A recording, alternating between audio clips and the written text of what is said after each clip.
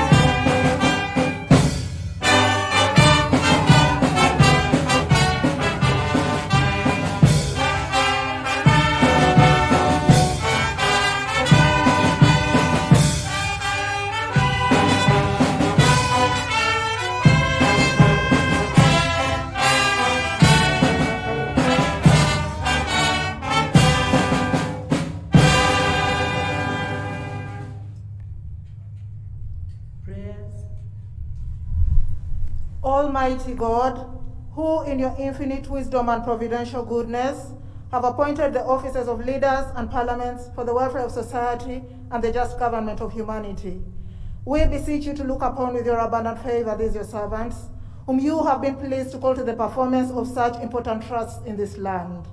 Let your blessing descend upon them here assembled, and grant that they may, as in your presence, treat and consider all matters that shall come under their deliberation in so just and faithful a manner as promote your honor and glory, and advance the good of those whose interests you have committed to their charge. Amen. Amen.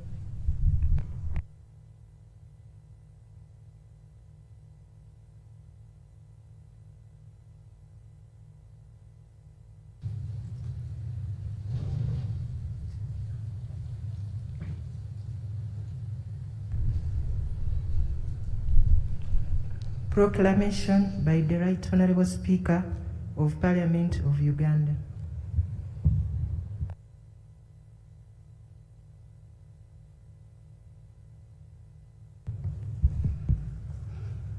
Whereas His Excellency, the President has, under Article 101, Clause 2 of the Constitution of the Republic of Uganda, indicated to the Speaker his intention to address Parliament and the nation on the national budget for financial year 2022-2023. aware that the financial year 2021-2022 will end on 30th day of June 2022.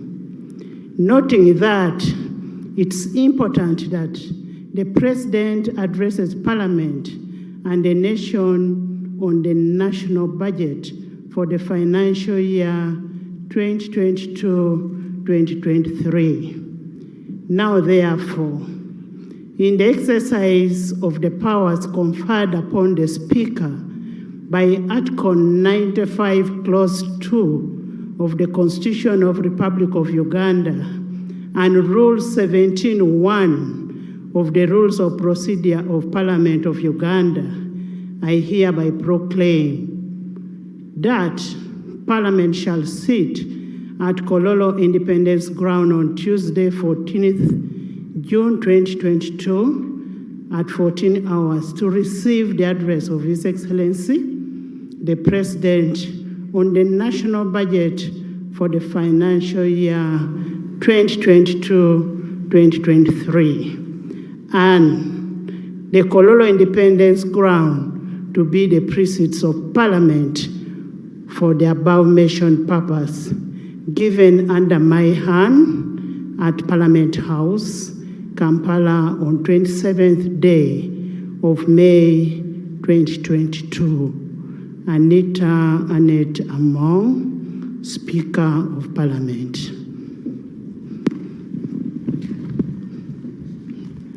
Communication from the Chair. Your Excellency, the President of the Republic of Uganda, and Mama Janet Museveni, and the First Lady, and also the Minister of Education and Sports, Your Excellency, the Vice President, His Lordship, the Chief Justice, the Right Honorable Deputy Speaker, His Lordship, the Chief Justice, the Vice Chairperson of NRM, the Right Honorable Prime Minister and Leader of Government Business in Parliament, the Leader of Opposition in Parliament, Cabinet Ministers and Ministers of State, my colleagues, the Honorable Members of Parliament, Your Excellencies, the Ambassadors and High Commissioners, leaders of political parties, all public servants present, the distinguished guests, ladies and gentlemen. We welcome you to today's sitting in the Parliament, whose main objective is to receive the budget speech for the financial year 2022-2023. As you may recall, when we gathered here a week ago, that was on 7th June 2022, to receive the State of Nation Address, we adjourned the House to today, 14th June 2022, for a purpose of receiving this budget speech.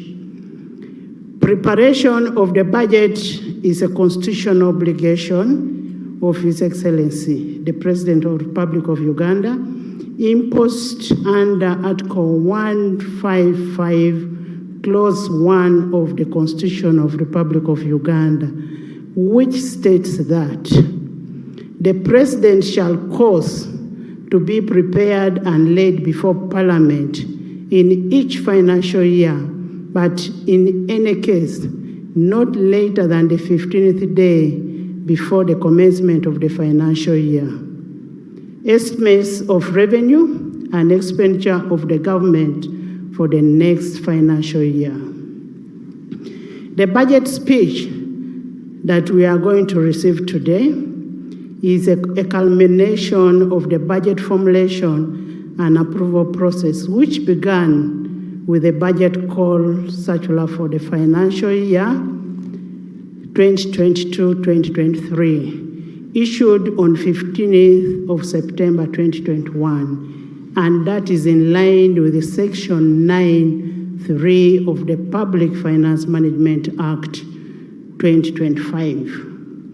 Parliament received and considered a national budget framework paper for financial year 2022-2023, 2026-2027, in accordance to Section 9, 5, and 8 of the Public Finance Management Act 2025. Your Excellency, the ministries, departments, and agencies submitted their ministerial policy statements for financial year 2022-2023 in accordance with the Section 13 of the Public Finance Management Act. The ministerial policy statements were considered together with the budget estimates of 2022-2023, which culminated into passing of the Appropriation Bill 2022, and we must thank you for signing the Appropriation Bill. Honorable members, the budget speech is a Minister of Finance statement on the overall budget policy of the Executive for the forthcoming year and a summary of the key budget policy proposals. The importance of the budget process is anchored in the legislative, philosophical, and historical power of the pursuit that is provided under Article 156 of the Constitution of the Republic of Uganda. The power of appropriation denotes the constitutional mandate of the legislature to authorize the expenditure of the public money for a purpose proposed by the executive. This authority is elaborated under Chapter 9 of the Constitution, specifically Article 152 to Article 159, that are operationalized by the Public Finance Management Act 2015. Indeed, the exercise of this power is manifested in the appropriation as a mandate of Parliament. Budget implementation will commence on 1st July 2022. I urge all the eligible accounting officers to ensure that value for money in whatever expenditure is as per approved budget. I call upon all the accounting officers to be accountable for all the resources brought under their charge in line with the Article 164 of the Constitution of the Republic of Uganda. In this regard, I reiterate the commitment of the 11th Parliament to effectively play our oversight role in examining the economy's efficiency and effectiveness in the expenditure of public funds. The budget reading process offers the country and citizens an opportunity to know the government priorities for the next financial year. It informs us of how the desired revenue will be raised and forms of basis upon which the accounting officers or implementing authorities shall be held responsible. I therefore urge all of you to listen attentively so that you can be able to move together as we listen to the budget speech. Honorable members, once more, with today being a very important day where the budget is going to be read, I urge all of you, after the budget reading, to go to your constituencies for 2 weeks to monitor the implementation and the preparatory activities of the parish development model so as to ensure its success. A lot of money has been channeled to your constituencies and it is only upon the leadership to ensure the success of that money. So we will go and monitor that for 2 weeks. Honorable members, as we start the second session of this parliament, we shall dedicate the first meeting to consider bills, the second meeting to consider reports, petitions, motions, and the third meeting to consider the budget process. This time round, we must start the budget process early. I therefore urge the executive to table in the bills enumerated in the address of the State of Nation by His Excellency, the President, as quickly as possible so that they can be handled expeditiously. I also wish to remind the chairpersons to ensure that these bills are presented in the House as soon as possible so that we pass these bills. And it is through these bills that we are able to legislate well. Finally, honorable colleagues, the leadership has organized a 3-day induction workshop for members of 11th Parliament from 15th to 17th June 2022 at Imperial Royal Hotel. I urge all of you to attend the sessions of this important workshop. We no longer want an excuse that we're not trained. So the training is on. I want to thank you all and thank you for coming.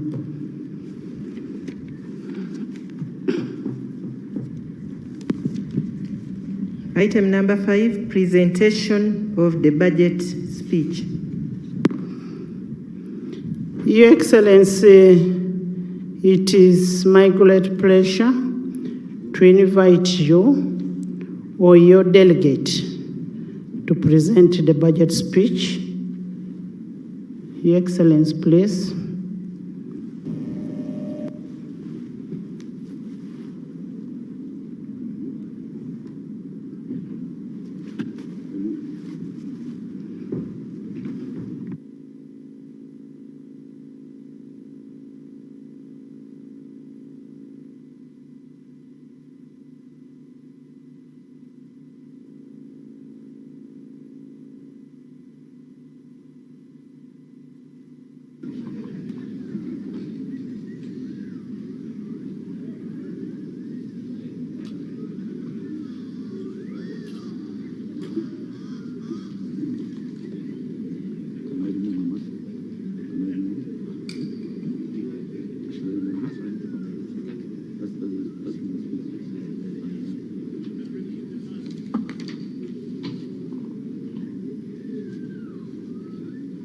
Honorable Speaker, can I remove my mask?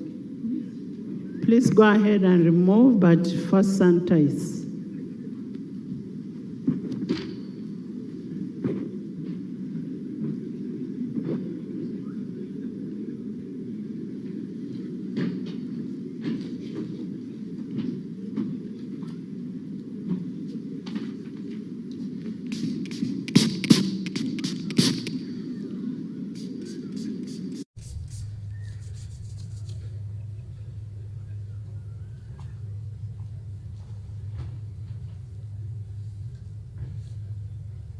Your Excellency, the President of the Republic of Uganda, Mama, the First Lady and the Minister for Education and Sports, Your Excellency, the Vice President, Right Honorable Speaker of Parliament, Your Lordship, the Chief Justice, the Right Honorable Deputy Speaker of Parliament, Your Lordship, the Deputy Chief Justice, the Vice Chairman of the NRM Party, the Right Honorable Prime Minister, the Honorable Leader of the Opposition, Honorable Ministers, Honorable Members of Parliament, Your Excellencies, the ambassadors and heads of diplomatic missions, distinguished guests, ladies and gentlemen.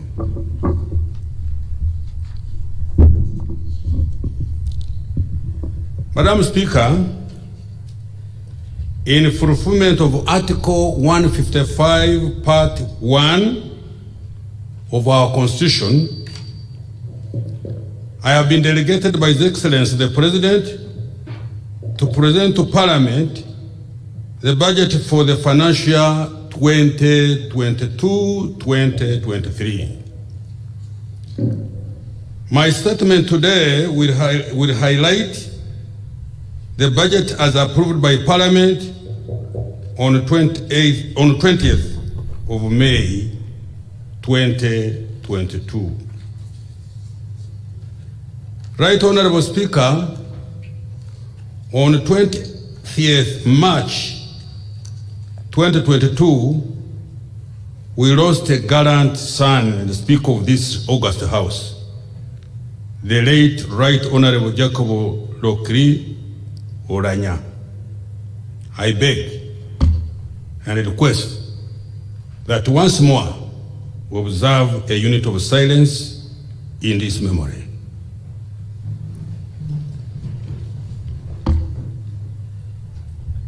May his soul rest in eternal peace.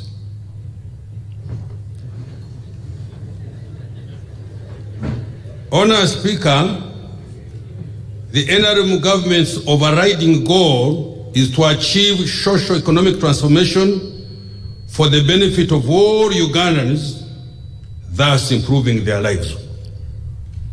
We must therefore quickly accelerate the economic recovery that began in financial year 2021-22, integrate more Ugandans into the money economy, and speed up growth in the country's productive sectors.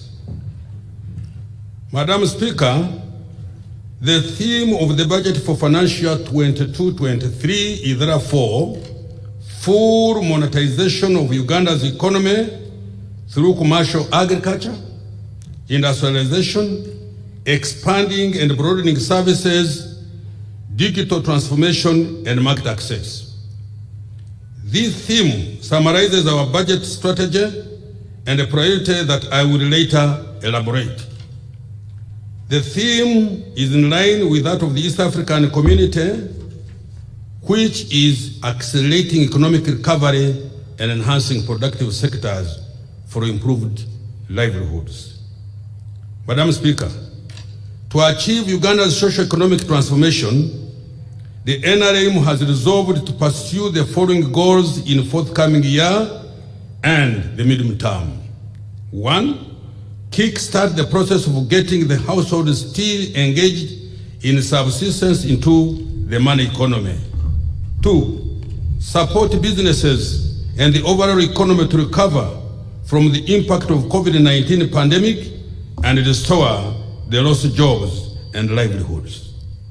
And 3, finally, protect households from rising prices of food, fuel, and other essential commodities using prudent economic policies. Madam Speaker, to achieve these goals, the following key strategic action will be undertaken. 1, maintain peace, security, and stability, which jointly are the foundation of all other government, business, and household plans. 2, full implementation of the parish development model to accelerate the transition of the 39% of households still engaged in the subsistence economy into the money economy. 3, step up implementation of the relief and recovery funds to support the recovery of businesses and restore the lost jobs and livelihoods. These relief funds include the Small Business Recovery Fund, the Myoga Fund, the Microfinance Credit to SACCOs, the Uganda Development Bank, the Uganda Development Corporation, debt and equity funds, respectively. Implement appropriate fiscal and monetary policies to mitigate the impact of price shocks on the well-being of ordinary Ugandans without causing long-term distortion in the economy. Enhance investment in infrastructure to facilitate increased production, value addition, and national regional market success and entry. Madam Speaker, in this budget statement, I will do the following. 1, I will report on the performance of the economy and review our future economic prospects. 2, I will provide progress in the implementation of the development programs that we promised the people of Uganda during the last financial year, which is ending by end of this month, and the priorities for the next financial year, 22-23. 3, highlight the revenue and expenditure framework for the next financial year, 22-23, as approved by Parliament. Recent economic performance and outlook. Madam Speaker, I now wish to give highlights on the performance of the economy and the accountability for the measures I announced in the financial year 21-22 budget. The details can be found in the background to the budget of 22-23, which has been published. Economic growth. Madam Speaker, the size of our economy is projected to expand to shillings 162.1 trillion for the financial year ending 30th June this year. This is equivalent to US dollars 45.7 billion. Economic activity has been more buoyant at the growth rate of 4.6% per annum this financial year, up from 3.5% of last year. This shows that the economy is on a path to full recovery from the COVID-19 disruptions.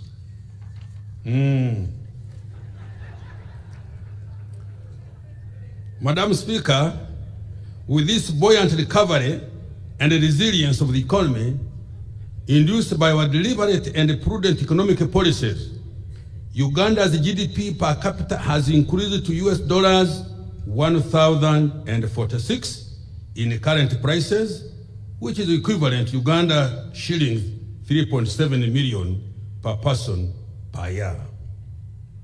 Madam Speaker, the services sector is expected to grow by 3.8%, up from 2.8% growth last financial year. This is on an account of continued recovery in the wholesale and retail trade, education and tourism services, coupled with growth in real estate activities and ICT. The services sector is projected to contribute 41.5% to our GDP. The industrial sector is expected to grow by 5.4%, up from 3.5% growth last financial year, largely on account of recovery in manufacturing, construction activities. The industrial sector is projected to contribute 26.8% to our GDP. The agriculture sector is expected to grow by 4.3%, largely as a result of growth in food and cash crop production, livestock, as well as recovery in fishing. This is the same rate at which the agriculture sector grew last year. The sector contributed 24.1% to the total economic output. Now I turn to prices. Madam Speaker, in the second half of the financial year 21-22, however, there has been a significant increase in the prices for some of the essential commodities and services. These include laundry soap, bar soap, petrol and diesel, cooking oil, some food crops items such as wheat, sugar, potatoes, and onions. Education services and building materials such as cement and steel have also experienced price increases. As a result, the overall inflation has increased considerably from 2.7% in January 2022 to 6.3% in May 2022, causing considerable discomfort among the public. Madam Speaker, this recent increase in the prices of essential commodities is a result of events that have occurred outside Uganda. These are the effect of COVID-19 restrictions across the world, which disrupted supply chains, which has consequently caused a shortage of intermediate raw materials used to produce some essential commodities. In the recent past, the global economy has faced high shipping costs arising from limited availability of containers and higher fuel prices, altogether leading to supply shortages globally. 3, the full opening of the economies globally following relative containment during the COVID-19 pandemic lockdown has led to a rapid rise in aggregate demand for a number of fast-moving goods, beginning with the oil.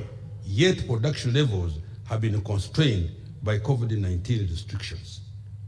4, the situation has been worsened by the Russian-Ukraine conflict, which has further disrupted the supply of oil, cereals such as wheat, maize, sunflower oil, as well as essential metals like aluminum and nickel.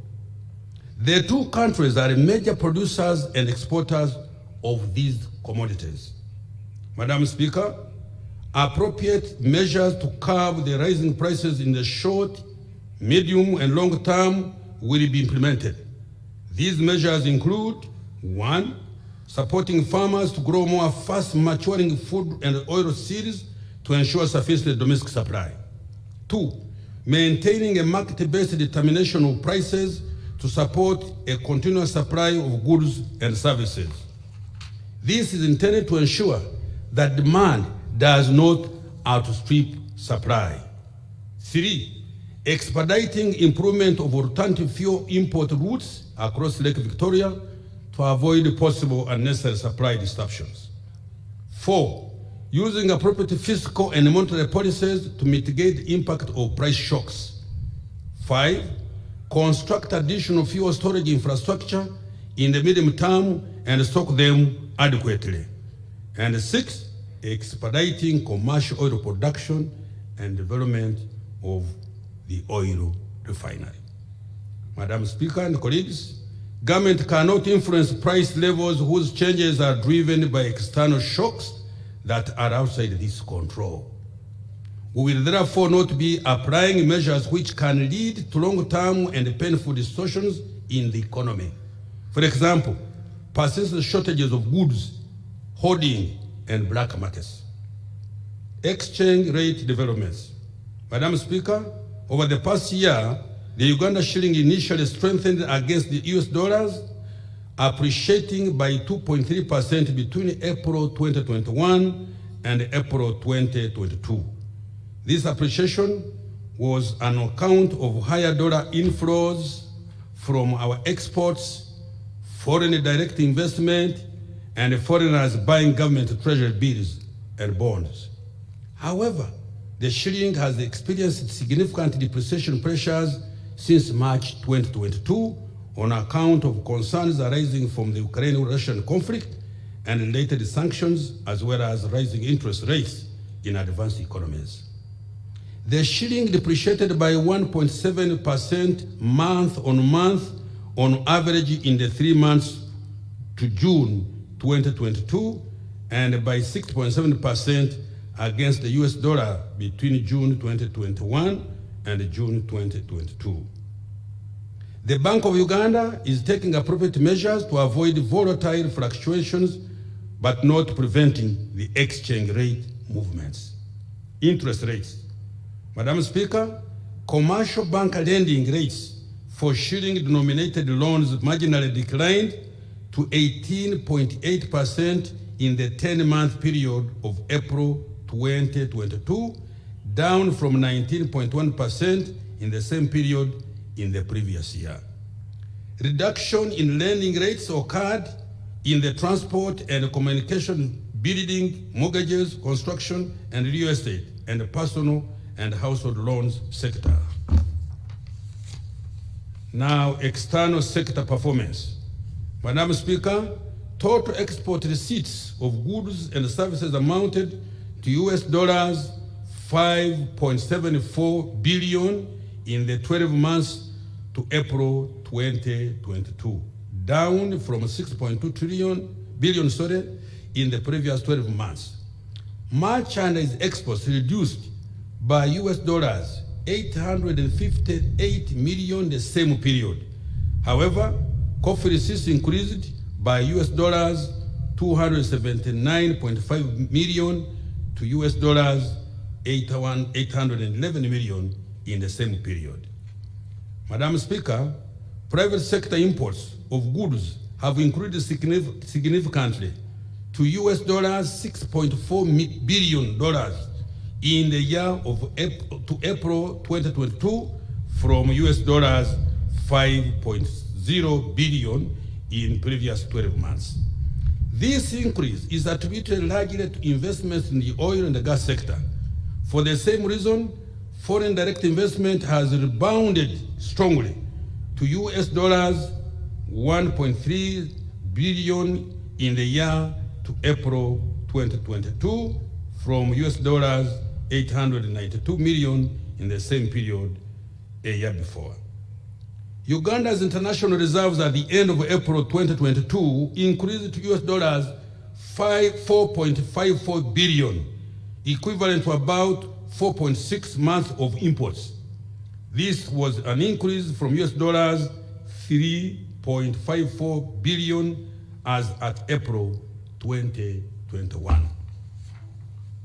Fiscal performance.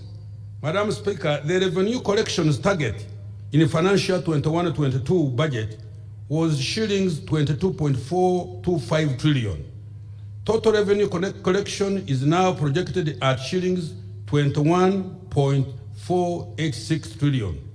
This represents a shortfall of shillings 939 billion. And I will tell you a story ahead what this effect has got on our planning. Despite this revenue shortfall, domestic revenue collection this financial year has improved compared to last year.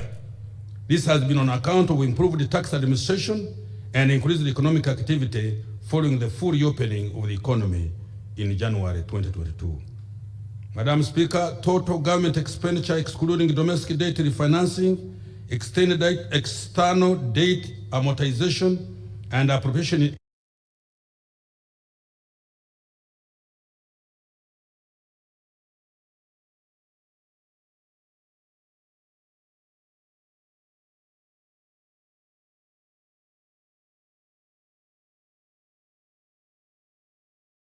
security threats. Madam Speaker, the fiscal deficit this financial year, 21-22, is estimated at 7.3% of GDP, which is lower than 9% fiscal deficit registered in financial year 2021. Our target is to reduce this fiscal deficit to 3% in the medium term. COVID-19 mitigation measures. Madam Speaker, government implemented several measures to mitigate the impact of the pandemic on households and businesses. These measures were aimed primarily at keeping Ugandans alive and also to restore business activity. To date, the outcomes of these measures are as follows. Health and social support response. Madam Speaker, government implemented robust action to contain the COVID-19 pandemic and its effects on households. These actions included: 1, enforcement of COVID-19 SOPs and guidelines and free mass vaccination. A total of 16 million people, equivalent to 72% of the targeted 22 million persons, have received at least one dose.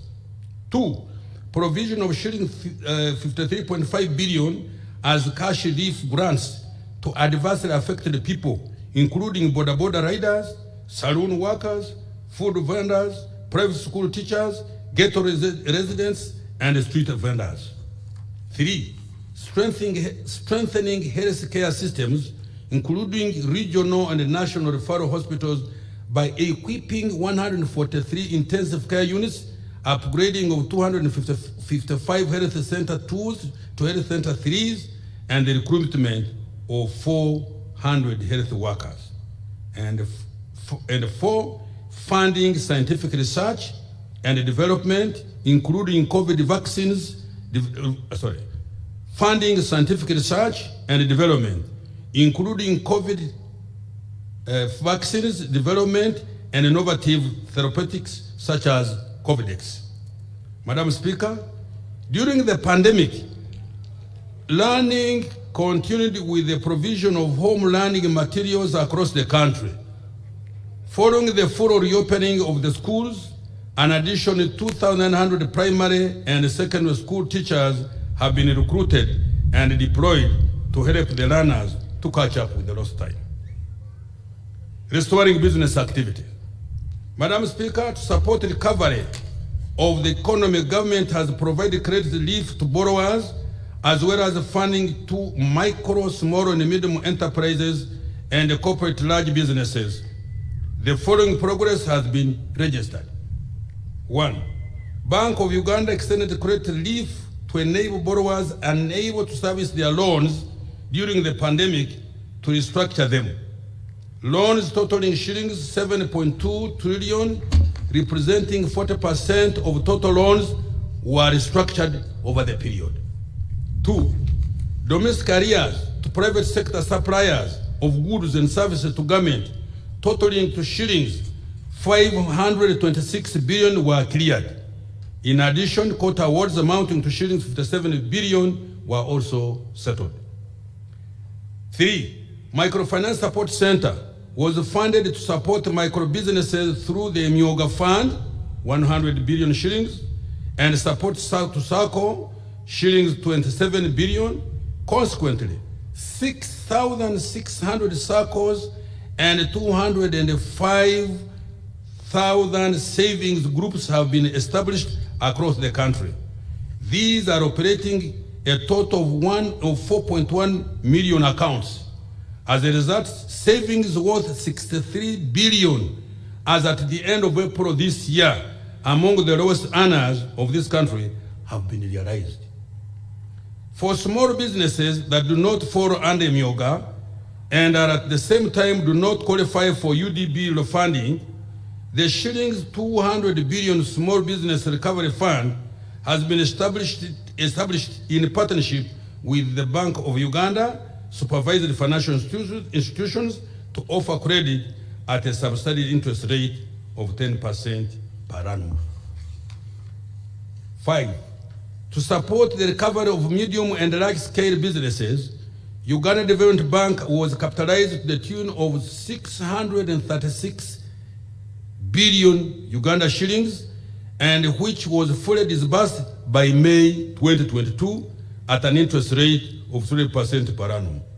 In addition, UDB plans to disburse a further 351 billion Uganda shillings by December this year. For private sector enterprises engaged in strategic industrial development of the country, such as agro-processing, manufacturing, and mineral beneficiation, the Uganda Development Corporation, UDC, received 160.7 billion this financial year to make equity joint ventures investment with those businesses. 7. Government has also disbursed the shillings 20 billion to Teachers SACCO to support them to recover from the pandemic. 8. In the financial year 21-22, the Agricultural Credit Facility disbursed a total of shillings 67.4 billion to 1,057 borrowers as at June 2022.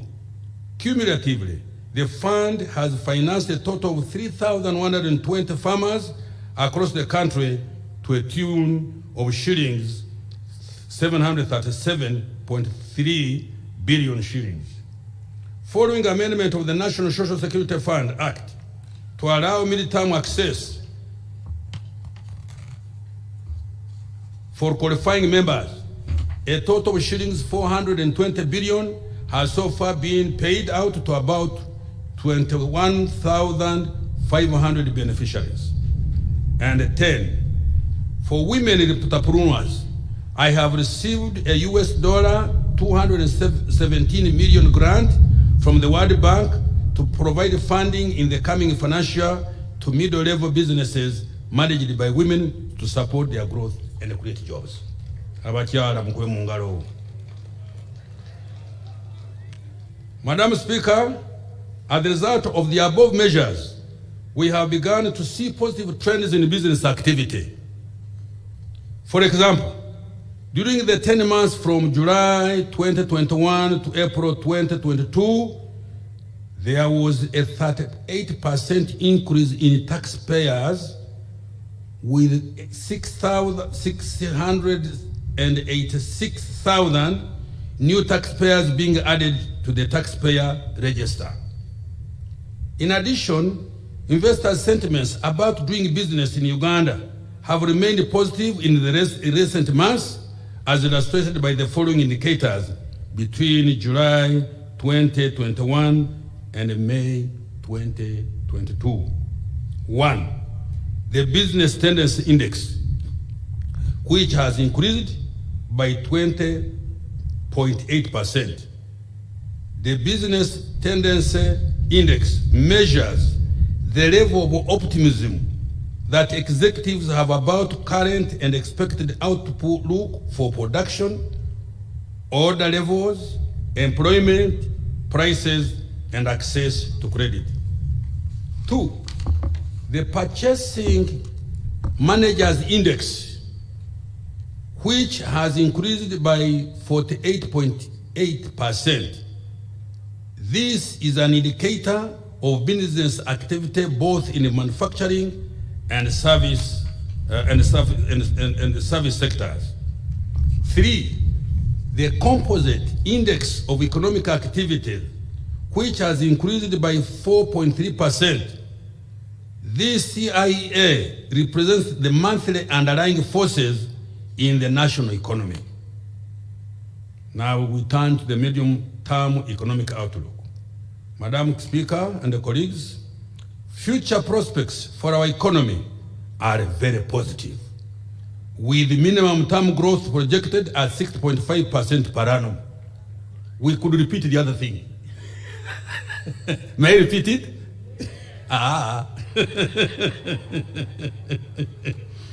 The positive economic outlook is dependent on the following. 1, the full reopening of the economy.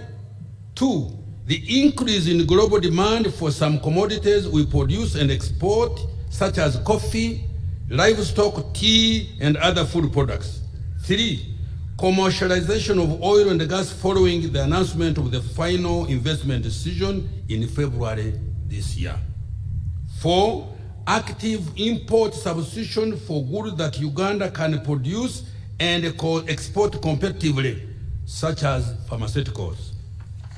5, support private sector industries, particularly in the agro-industry, light manufacturing, and value addition to our minerals. 6, improved access to affordable credit for micro, small, and medium enterprises to enable their businesses revive and create jobs. 7, fast-tracking the implementation of the parish development model, which targets increased production of strategic commodities for domestic consumption as well as for export. 8, digitization of the economy to realize efficiency gains in business and government. Now I turn to financial year 2022-23 budget strategy. Madam Speaker and colleagues, the budget strategy for the financial year 22-23 and over the medium term seeks to restore economic activity to the pre-pandemic levels and subsequently accelerate the pace of socio-economic transformation. The 3 broad objectives of the strategies are: 1, sustaining peace, security, and stability, as well as macroeconomic stability as key foundations for recovery, growth, and socio-economic transformation. 3, mitigation of the COVID-19 impact on business activity, livelihoods, and overall economy. 3, speeding up socio-economic transformation by repurposing the budget towards wealth and job creation, as well as other impactful investments.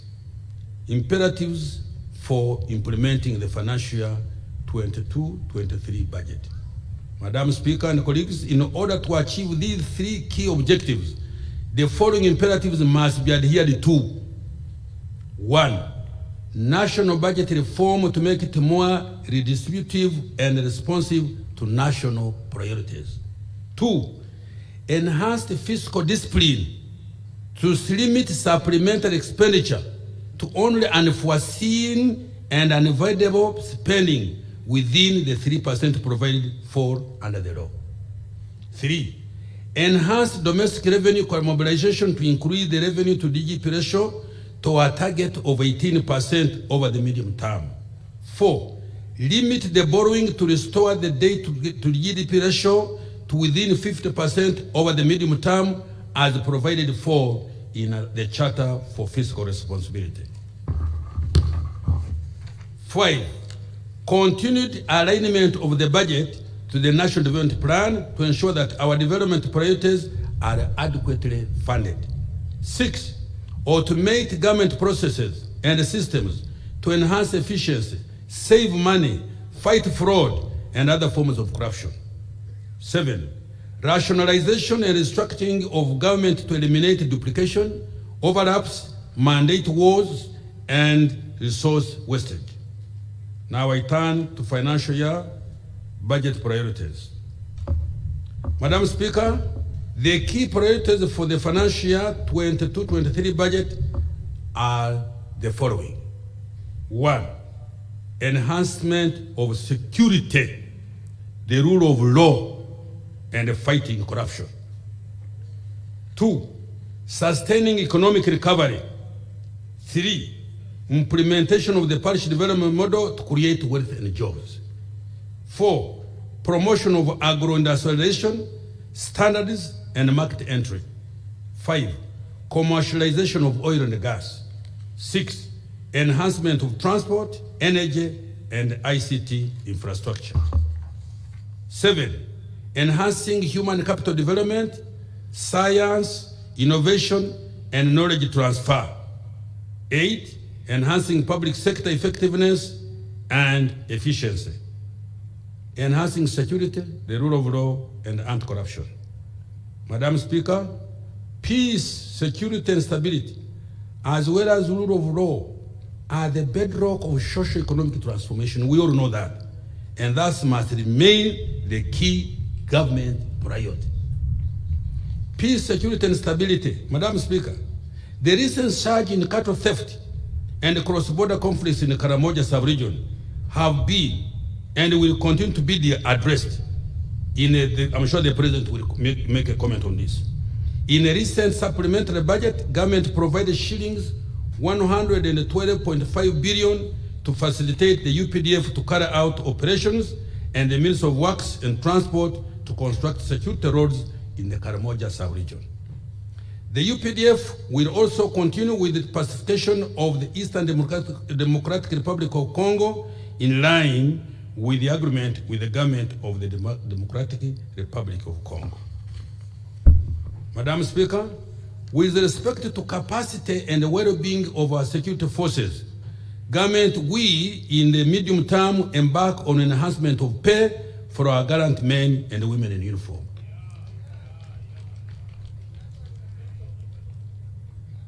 I'm talking, I always talk.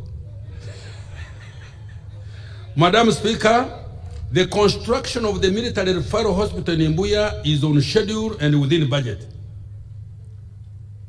Madam Speaker, in order to enhance surveillance and improve crime detection, the first phase of CCTV camera project was successfully implemented with installation of over 3,000 cameras countrywide. The second phase is now 95% complete and it targets all cities and the major highways. Madam Speaker, 3.987 trillion shillings has been provided for improvement of security and security infrastructure. Rule of law. Madam Speaker, in order to enhance the rule of law, the priority will be to improve the dispensation of justice for all.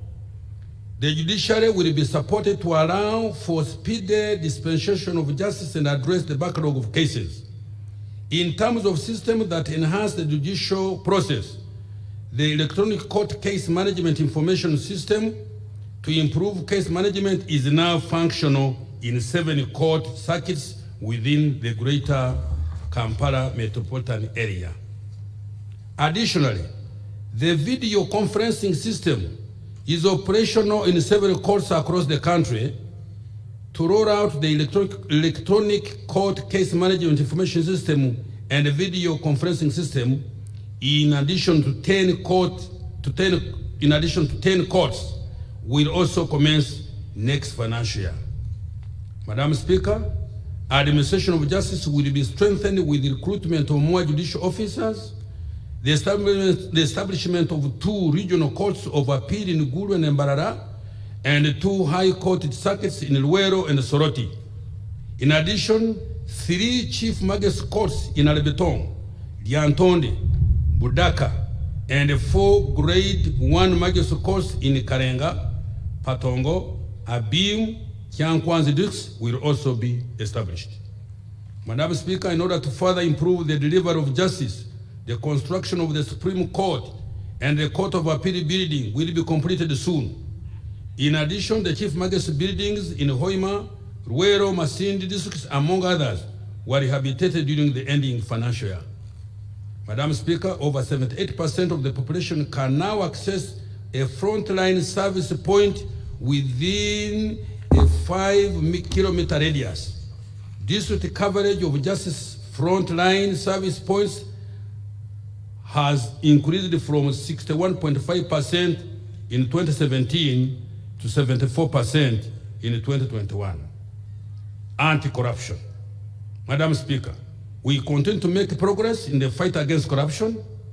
There was increased declaration of income, assets, and liabilities by leaders from 25,000 to 400,000 in 2021, with increase in the scope of public servants who are required to declare income, assets, and liabilities. This financial year, 3 billion has been recovered from corrupt leaders and public servants and deposited with the consolidated fund. We need more. Madam Speaker, to enhance the rule of law and to step up the fight against corruption, I have provided shillings 381.6 billion to the judiciary, shillings 95.0 billion for the Directorate of Public Prosecution, shillings 876.4 billion for the Uganda Police, and shillings 308.7 billion for the Uganda Prison Service. I have also allocated 79.4 billion for the Inspectorate of Government. Implementation of the parish development model. Madam Speaker and colleagues, in order to integrate the 5.5 million households currently working in the subsistence economy into the money economy and to proactively create wealth and jobs, the parish development model is going to be fully implemented in the coming financial year. Fully. Madam Speaker, in the financial year ending June 2022, 234 billion was provided for implementation of the PDM. More efforts have been focused on preparatory activities to prepare for full implementation of the model.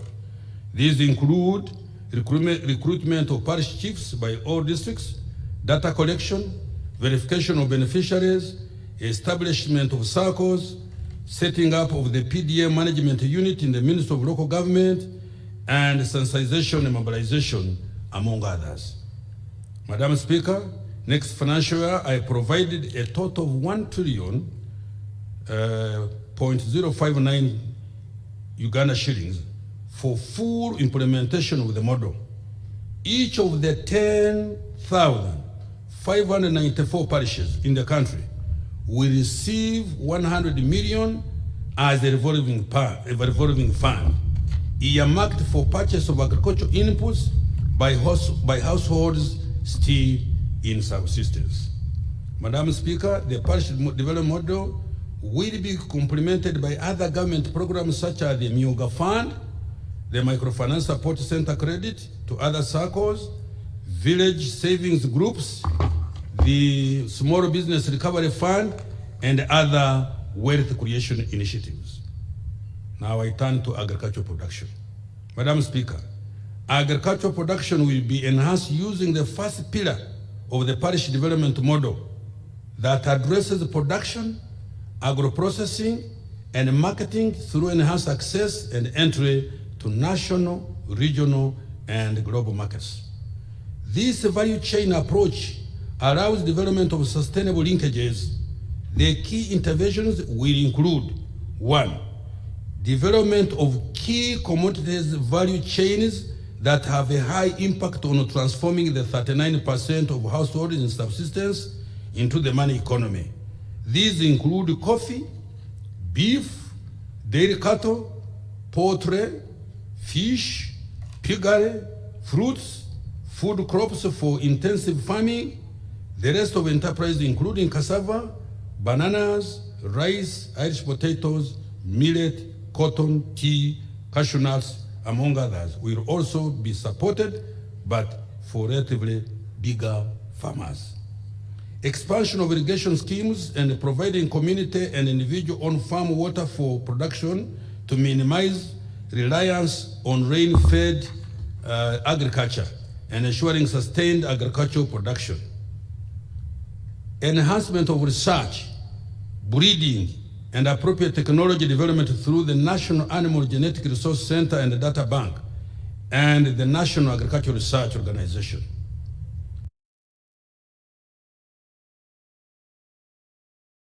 Investment in and effective regulation of production of quality agriculture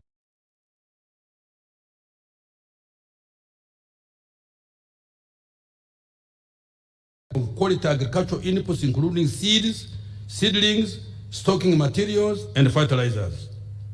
Enhancement of enterprise selection through enhanced farmer education and general agricultural extension, as well as pest and disease control at parish level. Promotion of appropriate land use, mechanization, cooperatives, and development of partnerships with large-scale farmers to produce for export and industrial value addition. Supporting fishing communities by developing hatcheries, fish ponds, and equipping them with engines, nets, etc. Madam Speaker, I have allocated shillings 564.39 billion to increase production and productivity through the Ministry of Agriculture, Animal Industries, and Fisheries.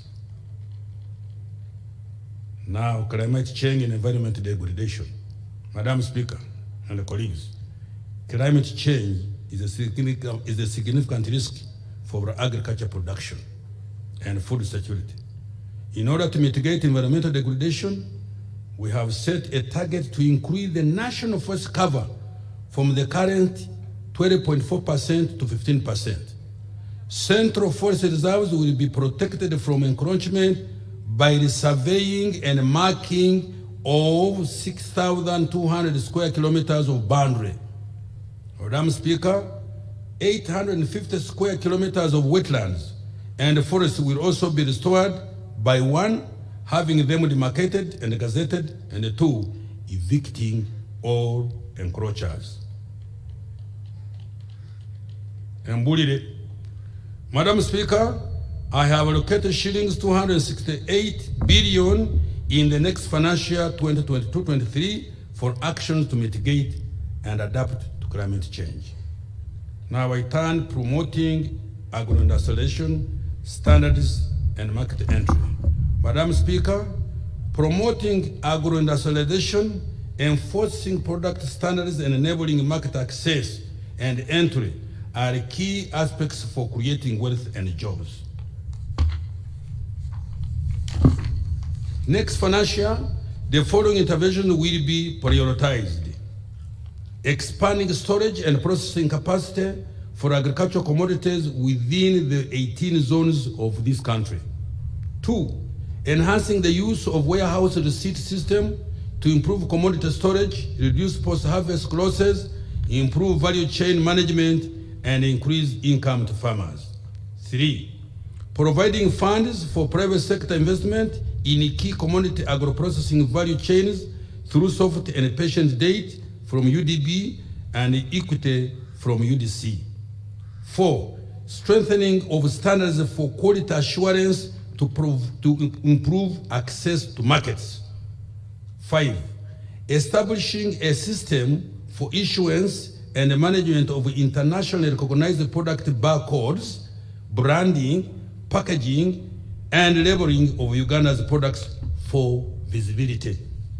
6, enhancing implementation of the export development strategy, including carrying out negotiations for access and entry to regional and international markets.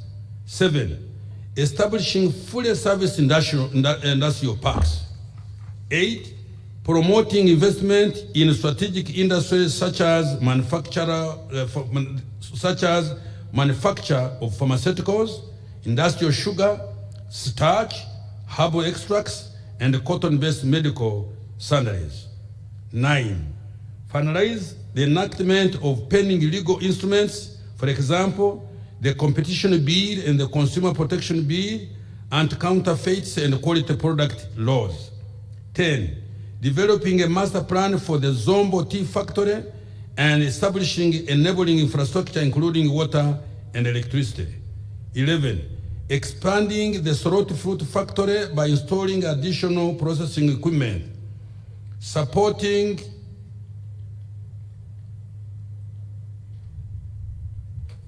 there is also a factory in a place called Kakoge, which is handling Soroti fruit, which is handling mangoes, pineapples, and I visited it last Friday. That also will definitely help. 12, supporting a settlement of 200 aggregation and collective marketing societies with cleaning, drying, grading, and processing equipment.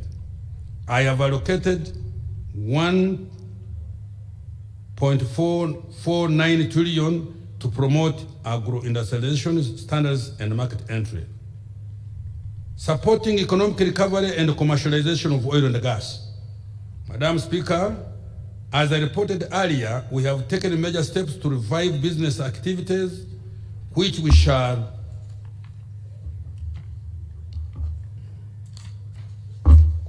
continue to do in the medium and in the following sectors. Tourism.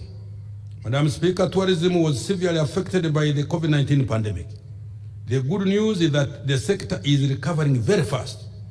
Government shall support the sector to return to its pre-pandemic levels and beyond by prioritizing the following interventions. 1, facilitation of Uganda Tourism Board to rebrand and promote Uganda under the new Explore Uganda brand. 2, sustaining and upscaling investment in tourism infrastructure like roads, electricity, internet, and security. 3, easing access to recovery financing at the Uganda Development Bank. 4, intensifying promotion of domestic tourism. Madam Speaker, I have provided tourism activities with shillings 194.7 billion to complement private sector investment and support its recovery. Commercialization of oil and gas. Madam Speaker and colleagues, the construction of the East African crude oil pipeline is expected to commence the coming financial year.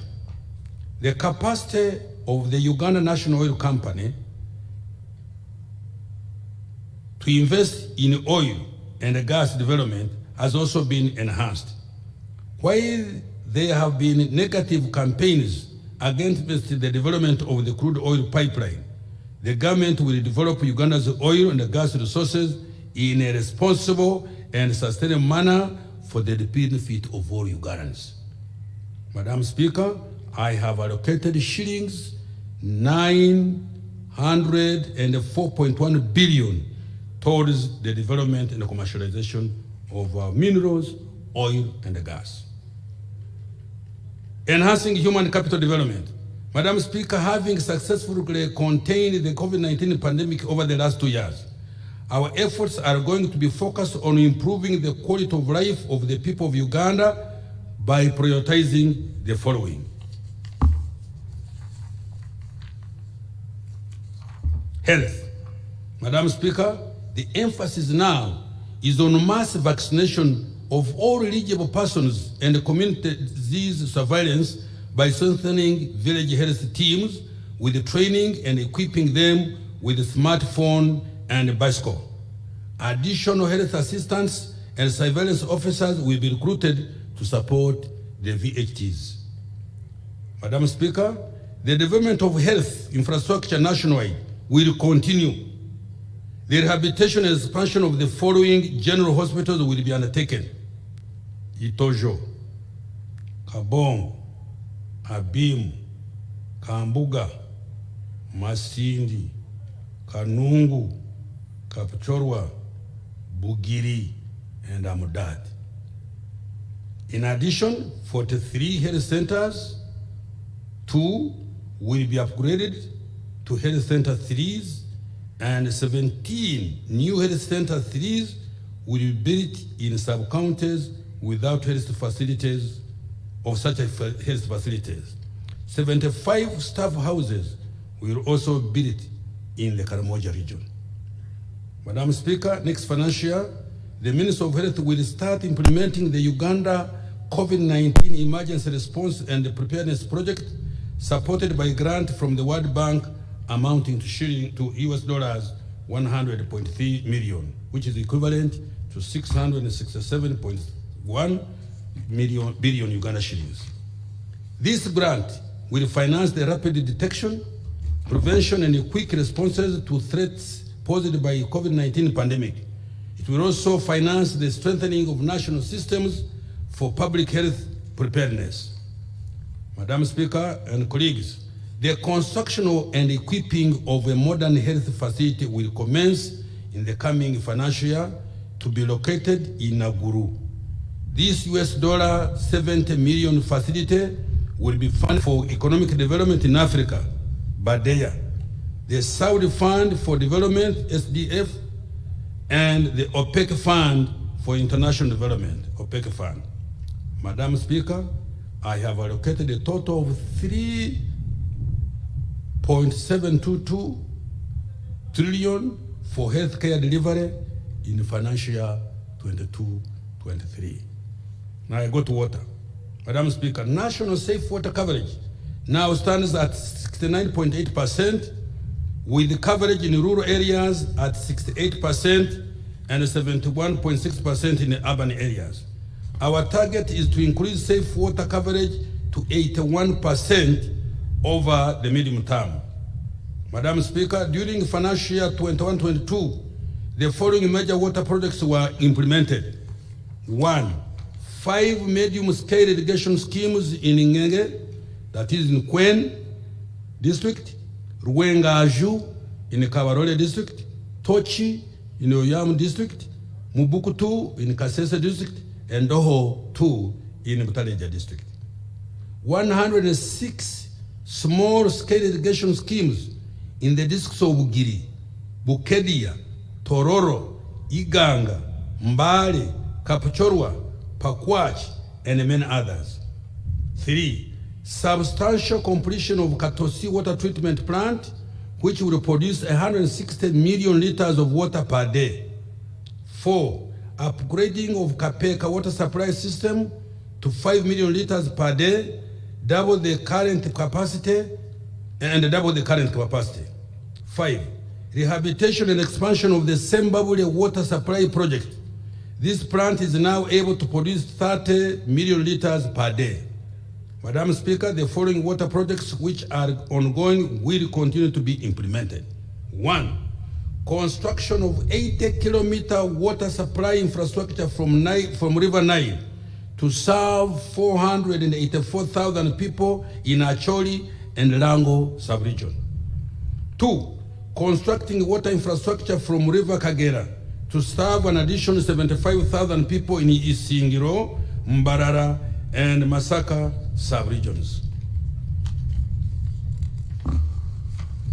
The Wakiso Waste Water and Sanitation Project, that's number 3.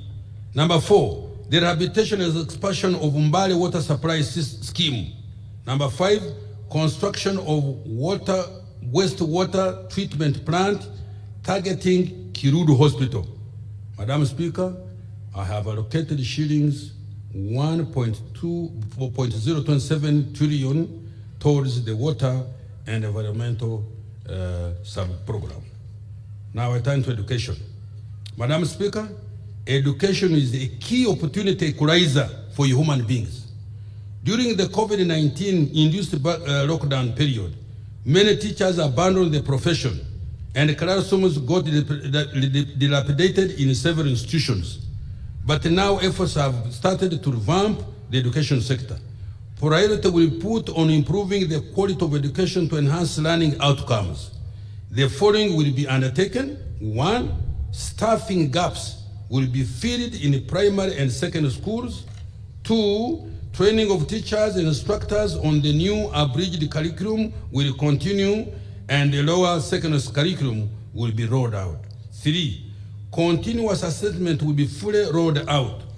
4, inspections across all learning institutions will be strengthened using teacher education and learning assessment system.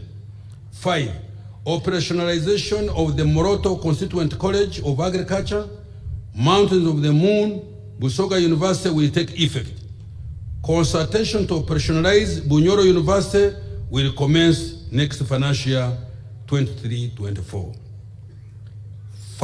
6, construction and equipping of 2 unit laboratories in 21 secondary schools currently without any, in line with the science, technology, engineering, and maths policy.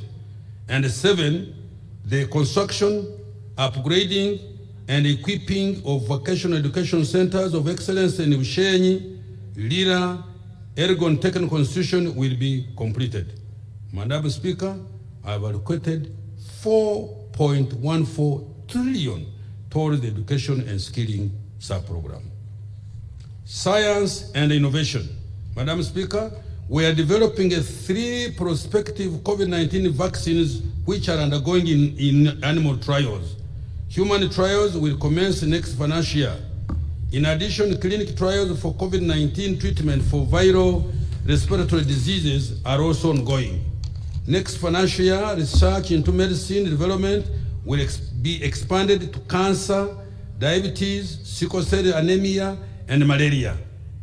Madam Speaker, in September this year, Uganda will launch into the lower Earth orbit its first ever satellite from the International Space Station in collaboration with the USA National Aeronautic and Space Administration, NASA. A ground station at Impoma, Mukono, will receive data from the satellite. The data from this satellite will be used for meteorological, environmental monitoring, urban planning, mineral exploration, and disaster management, among others.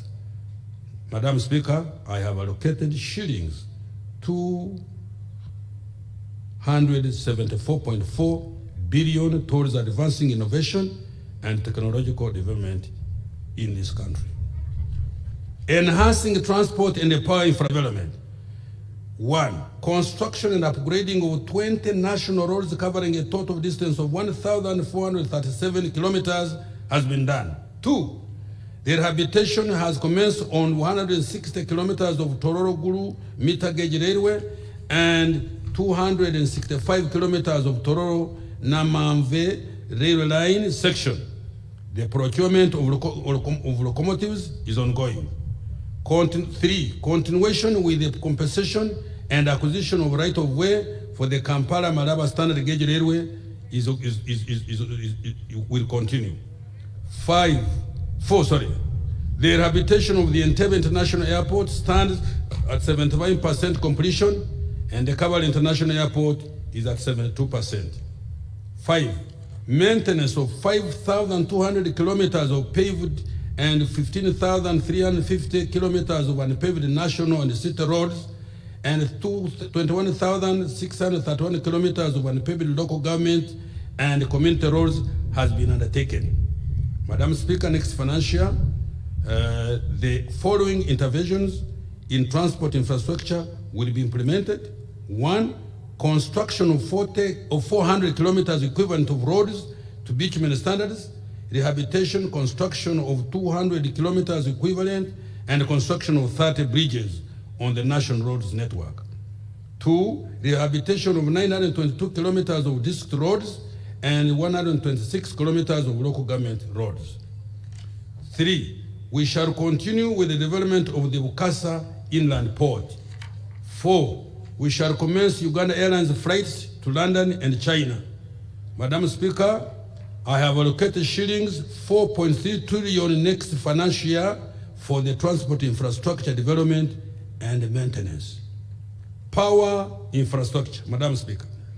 National electricity access today stands at 57% shamefully, of which 19% is on the main national grid and 38% is off-grid, including solar power.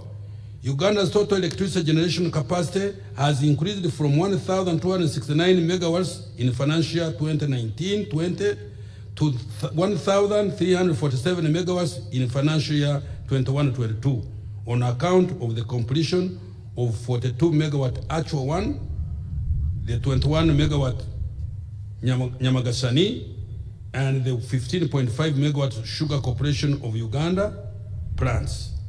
The transmission network increased from 3,100 kilometers in financial year 2021 to 3,431 kilometers at the end of the third quarter financial year 21-22 as a result of commissioning of the Karuma Kawanda 400 kV and the Karuma Rio 132 kV transmission lines. The Ruzira substation was completed and will be commissioned after completion of the 15-kilometer 132 kV transmission line. Madam Speaker, in the next financial year, the following interventions in the power infrastructure will continue to be implemented. 1, commence the unit-by-unit commissioning of the 600 megawatt Karuma hydro plant in September 2022, with the plant being fully available in June 2023. 2, complete the Opuyo Moroto, Lira Guru Nebi Arua, Lira Guru Agago, and the Mutundwe and Tebe 132 kVA transmission lines.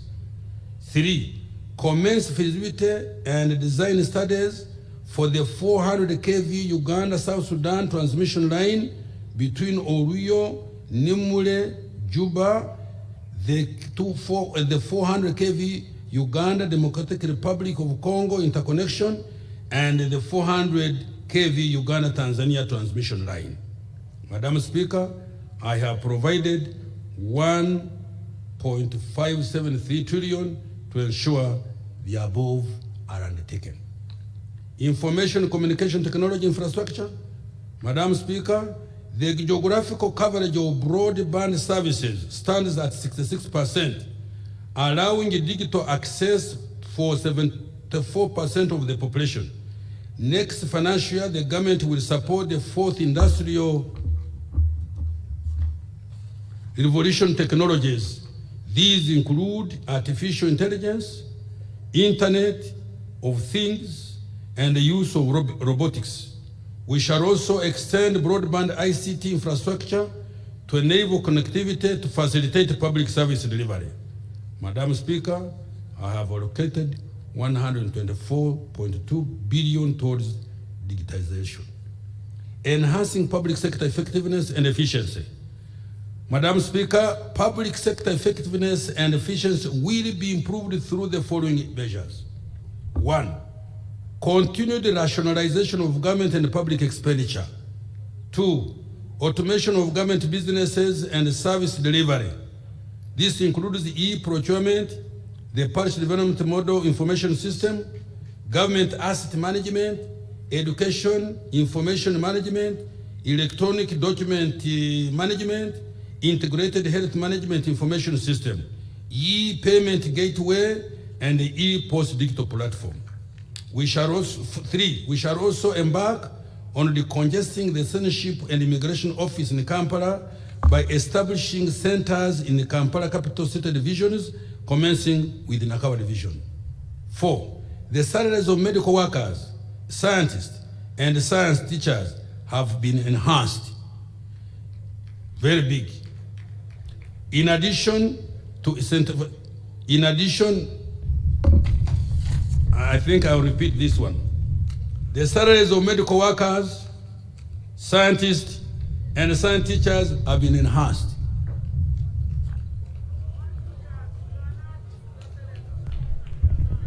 To a figure which is about 900 billion. In addition to incentivizing scientists, this will also help to improve functionality of education and health facilities by addressing absenteeism and low morale to personnel. Let me repeat this. In addition to incentivizing scientists, this will also help to improve functionality of education and health facilities by addressing absenteeism and low morale of personnel. Madam Speaker, to enhance the decentralization policy, a total of shillings 5.1 trillion has been provided as this directive financing to local governments. Fiscal framework and the financing strategy for financial year 22-23. Madam Speaker, the financial year 22-23 budget priorities I have just elaborated will be financed from the following sources. 1, enhanced domestic revenue mobilization. 2, external financing in the form of loans and grants from our development partners and private creditors. 3, public-private partnerships that mobilize the private sector financing for public projects. The resource envelope for financial year 22-23, Madam Speaker and colleagues, the resource envelope for financial year 22-23 amounts to shillings 130.7 billion or 48.13 trillion, and is comprised of both domestic and external resources. Yes. Domestic revenue amounts to 30,797.3 billion, of which 23,754.9 billion will be tax revenue, and 1,795.9 billion will be non-tax revenue. Domestic borrowing amounts to 5,007.9 billion. Budget support accounts for shillings 2,609.2 billion. External financing for projects amounting to shillings 6,716 billion, of which shillings 4,625.7 billion is from loans, and shillings 2,909 billion. Madam Speaker, total expenditure will be shillings 48,130.7 billion, or put it 48.13 trillion. Excluding domestic debt refinancing and appropriation aid, it amounts to 39,884.2 billion, of which wages and salaries is 6,366.9 billion. Interest payments is shillings 4,691.9 billion. Non-wage recurrent expenditure is shillings 14,254.4 billion, and development expenditure is shillings 14,565.9 billion. Tax measures for the financial year 2022-23. Madam Speaker, no new taxes will be introduced in financial year 22-23. I heard people disputing this, and I'm repeating it. I think this is the 5th time. Let me read it again. No new taxes will be introduced in the financial year 22-23. We will achieve revenue targets by improving the efficiency in tax collection and enhancing compliance to the tax laws. The capacity of the Uganda Revenue Authority will be enhanced by recruiting and training staff, deploying appropriate equipment and ICT to enforce tax laws. Madam Speaker, I wish to report that Parliament has made amendments to the various tax laws intended to simplify the laws, clarify previously ambiguous provisions, and close loopholes that may lead to revenue leakage, but not increasing taxes. Madam Speaker, the amendments that have been made are the Income Tax Act, Value Added Tax, the Stamp Duty Act, and the Tax Procedures Act. I will now highlight the major amendments. Income tax. Madam Speaker, the corporate income tax exemption for Jagali Hydropower project has been extended for 1 year up to 30th June 2023 in order not to increase the electricity tariffs for power that the project will generate. Madam Speaker, the Income Tax Act has been amended to streamline the rental income tax regime for individuals and non-individuals as follows. 1. Introduce a zero rental income tax rate for individuals that earn annual rental income not exceeding 2,820,000 shillings and a rate of 20% of rental income exceeding that amount. 2. For rental business, introduce a 30% rental income tax rate on rental income with expenses capped to 50% for each year of income. In addition, any excess expenses shall not be carried forward to a subsequent year of income. Value added tax. Madam Speaker, under the Value Added Tax Act, the following amendments have been made. Exempted the supply of oxygen cylinders or oxygen for medical use to reduce the cost of the supply of oxygen for medical use. 2. Exempted the supply of assistive devices for persons with disabilities to reduce the cost of equipment used by persons with disabilities. 3. Exempt the supply of airport user services charged by the Civil Aviation Authority to reduce the cost of transiting through Entebbe Airport. 4. To allow for cash basis accounting for suppliers who supply goods and services to the government to facilitate them to hedge against the risk of interest and penalties arising from delayed payments by government. 5. Repealed the exemption on VAT on imported services used in the provision of an exempt supply to encourage businesses to use local suppliers of services such as information and communication technological services. Tax Procedures Code. Madam Speaker, the amendment under Tax Procedure Code Act include the following. Introduced penalties for failure to provide information for purposes of automatic exchange of information to improve compliance. 2. Introduce penalties for failure to adhere to the electronic fiscal receipting and invoicing solution and digital tax stamps. This is intended to combat tax evasion and smuggling and other vices. Stamp duty. Madam Speaker, under the stamp duty, the following amendments have been made. Provide for nil stamp duty on the following instruments. A. Agreements relating to the deposit of title deeds or personal property or goods to another as a pledge or as a security for a sum of money borrowed. B. Agriculture insurance policy to encourage the uptake of agriculture insurance services. C. Security bond or mortgage deed executed by way of security for the due execution of an office or to account for money or other property received by virtue of security bond or mortgage deed executed by surety to secure a loan or a credit facility.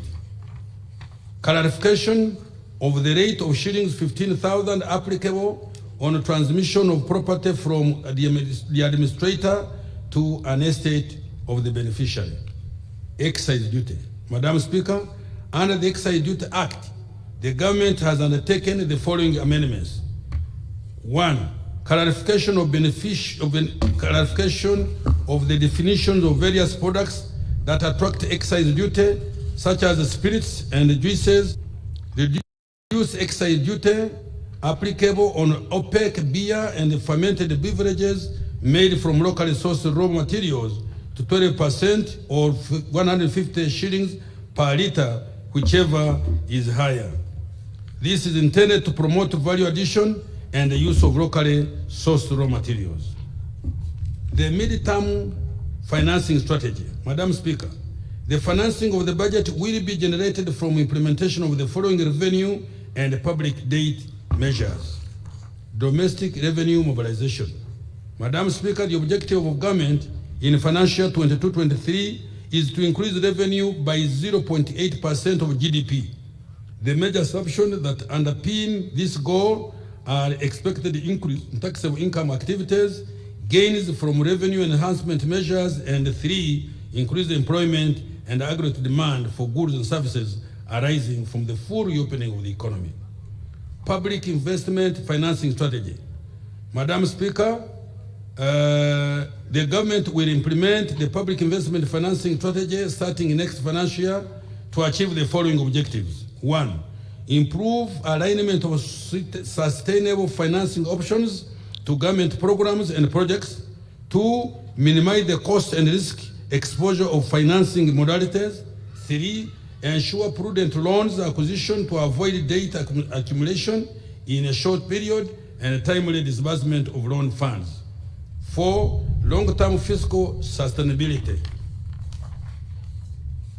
5, increase financing from traditional and other innovative resources to meet the development financial requirements.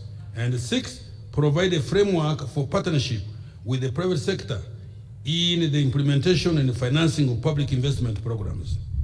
Public debt management. Madam Speaker, as at the end of December 2021, Uganda's total public debt stock stood at shillings 73.5 trillion, equivalent to US dollars 20.7 billion, of which external debt amounted to shillings 45.7 trillion, equivalent to US dollars 20.5 billion, and domestic debt amounted to shillings 27.77 trillion, equivalent to US dollars 7.84 billion. This represents a nominal debt to GDP ratio of 49.7%. The rise in debt stock was mainly on account of need to support the economy and preserve the welfare of households as a result of COVID-19 and other external and domestic shocks. Debt was also used to finance the shortfalls in domestic revenue. Madam Speaker, the government is implementing the following measures to ensure long-term public debt sustainability. 1, reduce the level of domestic borrowing over the medium term to an average of 2.2% of GDP per year. This ratio will be reduced further to a policy target of 1.0% of GDP over the long term. 2. Implement the public investment financing strategy. This strategy will ensure alignment of suitable financing modalities with the nature of government programs and projects. 3. Implement the financial year 22-23 borrowing strategy, which is consistent with our medium-term debt management strategy to avoid risks associated with unsustainable debt. 4. Borrow largely on favorable terms and for projects that enhance productivity of the economy. 5. Sequencing new projects in a manner that makes the government service its debt obligations without the risk of default. This means the government will only mobilize debt financing for ready projects and will cancel projects with poor performance. I will repeat this. This means the government will only mobilize debt financing for ready projects and will cancel projects with poor performance. 6, increase domestic revenue by implementing the domestic revenue mobilization strategy. Now I'm conclusion. Madam Speaker and colleagues, the budget for the next financial year presents a set of strategic choices and the government's commitment to stimulate economic recovery, enhance productivity and competitiveness of enterprises, and most importantly, wealth creation and jobs for the ordinary Ugandans. Substantial resources have been earmarked for the implementation of the parish development model. This model will be a vehicle of socio-economic transformation at the parish level and the monetization of Uganda's economy. Successful implementation of the parish development model ushers in a mass socio-economic transformation movement in our society with better sustained outcomes. I therefore urge all leaders and Ugandans to ensure that these resources are effectively used to bring about the desired change. I repeat this. I therefore urge all the leaders at whatever level and whatever sector and Ugandans to ensure that these resources are effectively used to bring about the desired change. It will really be a very big shame to hear that this money we are sending down for the parish development model, some money has gone to cham. Very shameful. Please, this is our country. We should stand firm. There's nobody who is going to come to help you when we cannot help ourselves.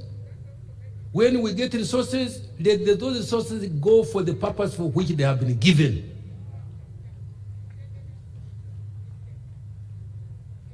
To the Ugandan scientists and health workers, government has fulfilled its commitment to enhancing your pay. You have heard. Uganda expects better service in return. Kankademu. Tit for tat. Tit for tat. Mpankwe. You give me, I give you. I have enhanced the sciences salaries by a figure which I mentioned. I expect to get a better return. To the micro, small and medium enterprises, I implore you to take advantage of the economic recovery programs and the opportunities that come with petroleum and other public infrastructure investment to re-strategize, recovery programs and the opportunities that come with petroleum and other public infrastructure investments to re-strategize, recover your businesses, expand and formalize. This way, you will be able to benefit more from the now bigger East African community market and create decent and better paying jobs for our children. For our who?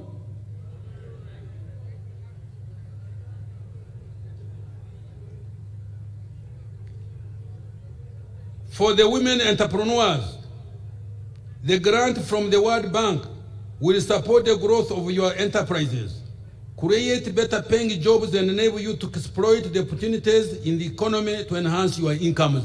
Abakyala. Nzendese.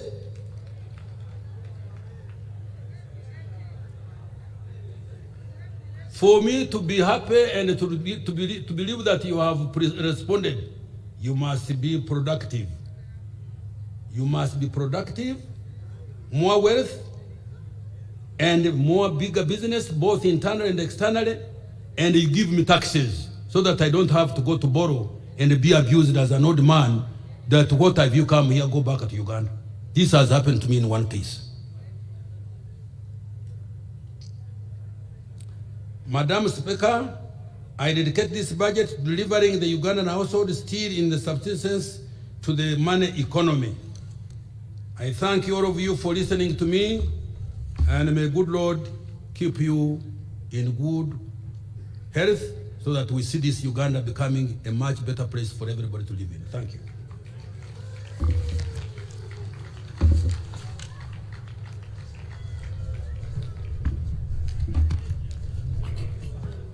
Thank you so much, Honorable Minister of Finance. Item number 6, remarks by His Excellency the President.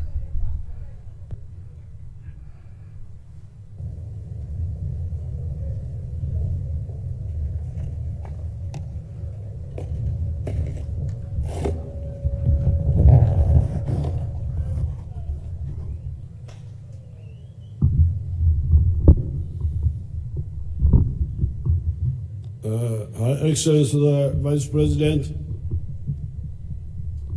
the Right Honorable Speaker, His Lordship the Chief Justice, all the other leaders, and honorable members of Parliament. You have heard the speech by the Minister. It is clear enough. I just want to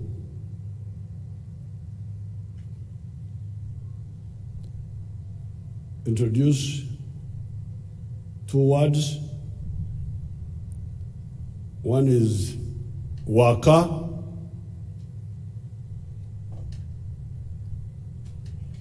and those who speak our Acho language know that waka, wake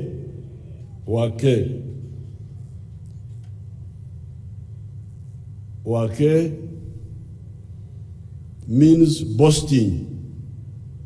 You boast. The call it to when you are on a beer party among the Banyankore, you can say, I have got more cows than all of you.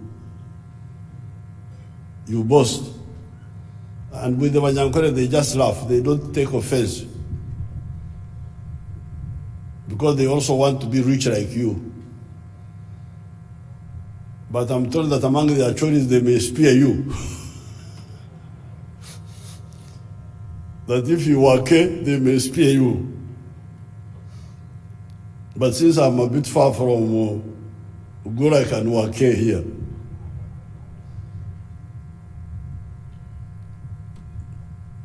and the other one is Poko Marom.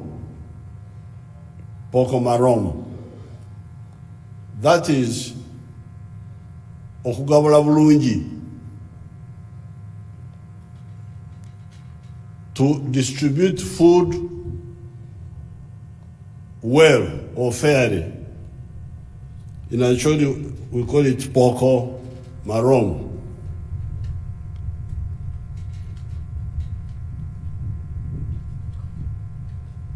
In 2000 and by 2005 and 6,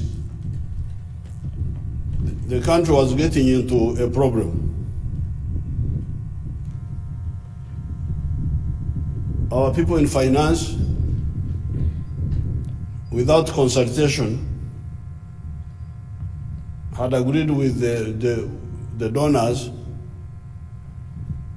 that all the government revenue should go for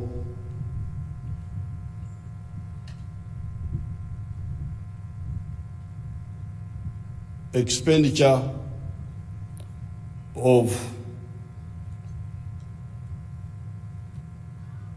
running the country.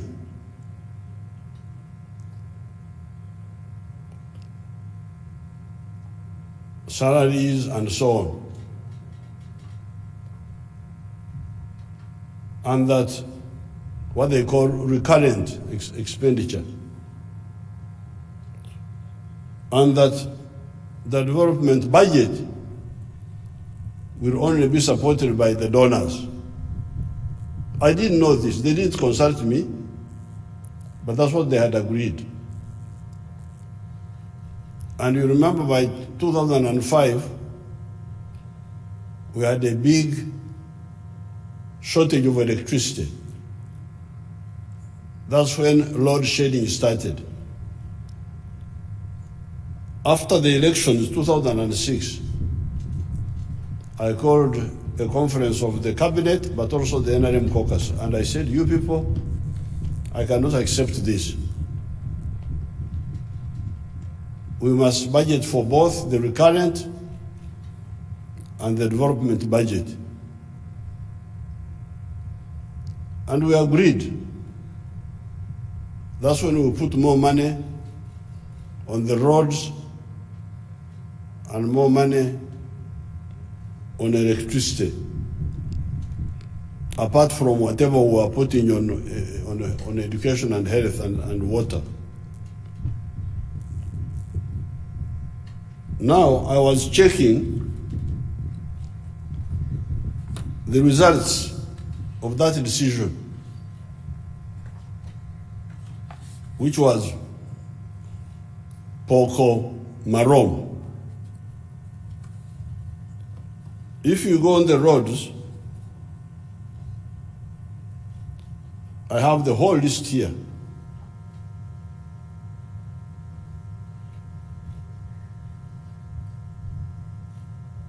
Kapchorwa Swam,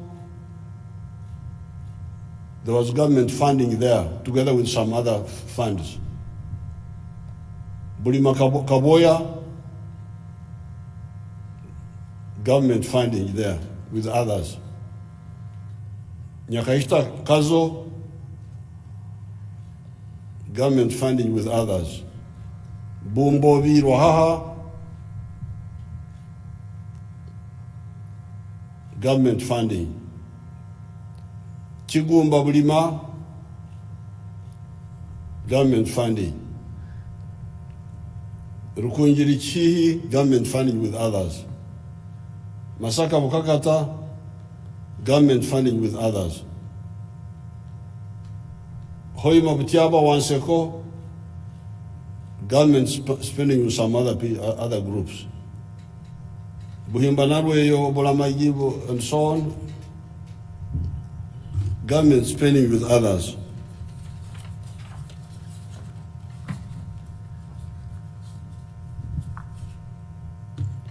Masindi Park, Paraburisa,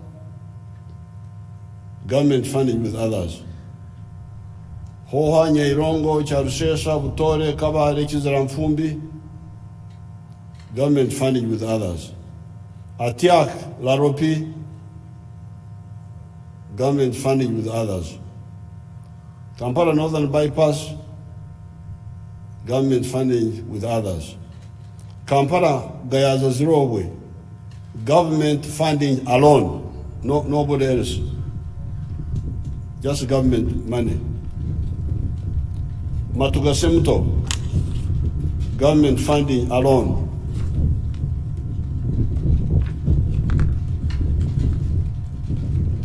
Busega Mtiana, government funding, government of Uganda funding alone. Busega Mtiana too, government funding, government of Uganda alone. Fort Portal Bunduwijo, government of Uganda alone. Ishaka Kagamba,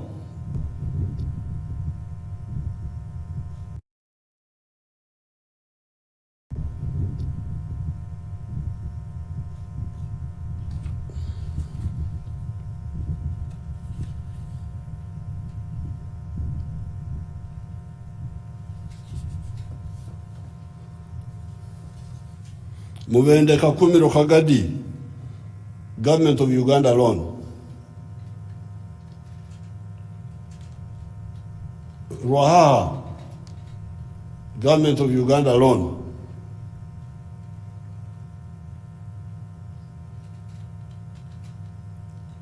Moroto, Aksim, government of Uganda alone. Sorot Katakwi, government of Uganda alone. Rushwere, that's near my home, government of Uganda alone. Kashenyi Mitoma, Kitabi, Government of Uganda alone. Kitara Gerenge, Government of Uganda alone. Mbarara Municipality Roads, Government of Uganda alone. Mpigi Town Roads, Government of Uganda alone. Chira Matuga, Government of Uganda alone. This one is ongoing. Moroto Roktenyara, Government of Uganda alone.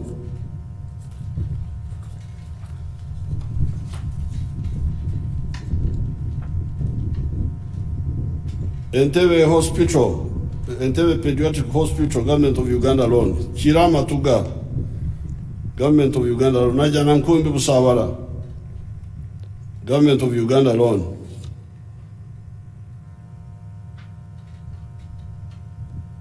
And so on. The list is so long. I will send this list to the honorable MPs so that you can see. This was now new construction, constructing new roads or reconstructing old ones. But there is rehabilitation. Mitiana Mbende, Government of Uganda alone. Katungur Kasese, Government of Uganda alone. Sorot Dokoro, Lira, Kamdin, World Bank and Government of Uganda. Tororombare Soroti, World Bank, Government of Uganda.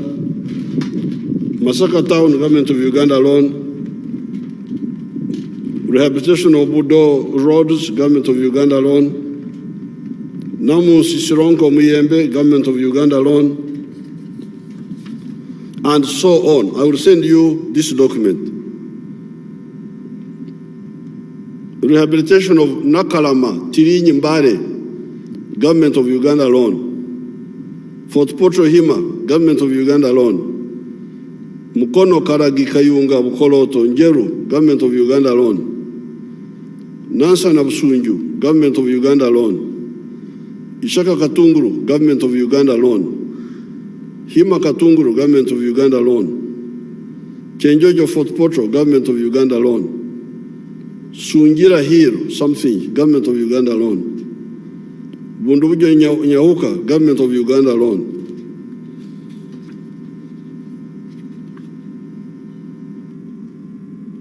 Mvara Idiofe, this is in Arua, Government of Uganda alone. Iganga Kariro, Government of Uganda alone. Pakwachi Nebi, Government of Uganda alone. Kamdin Gulu, Government of Uganda alone. Chiriandongo Karuma Kamdin, Government of Uganda alone. Jinja Kamuri, Government of Uganda alone. Mbare Soroti, Government of Uganda alone. Tororo Mbare, Government of Uganda alone. Kawempe Kafu, Chiriandongo, Government of Uganda alone, and so on. This is now the roads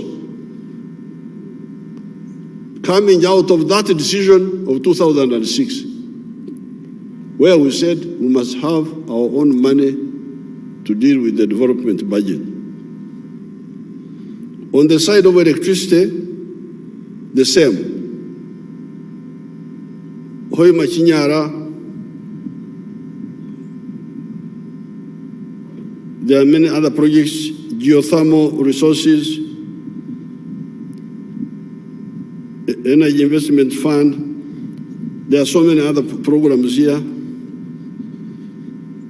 of the petroleum.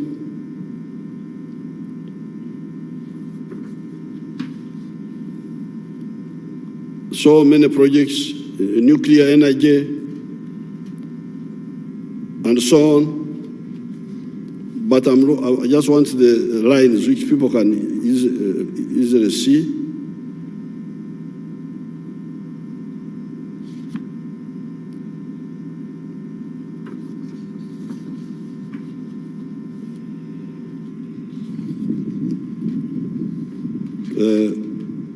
Mbarara Nkenda, Tororo, Government of Uganda with some other people. Some project here, abbreviation. Industrial parks, government of Uganda with some other people.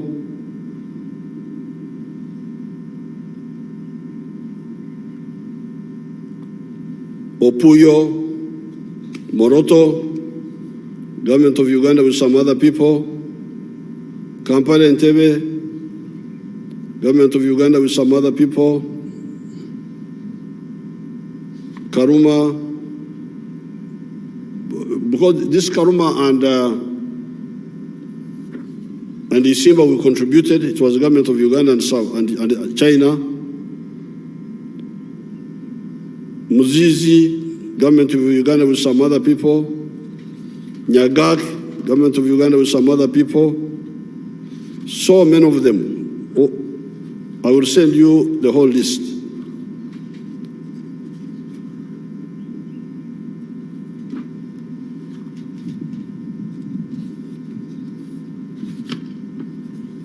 So, the point I'm making here is that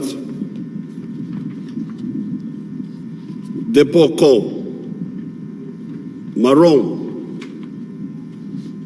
the Okugabro Bulungi, this money has made so much impact. And on the area of science and technology, we have built the Chira motors.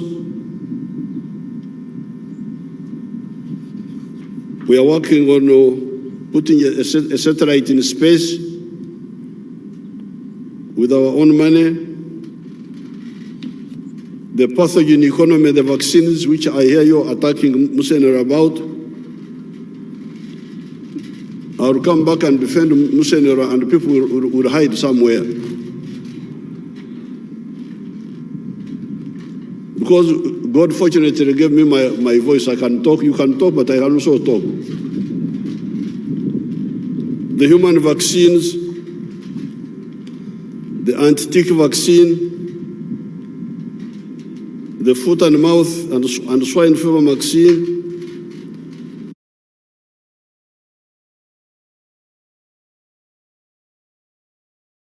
Covidex,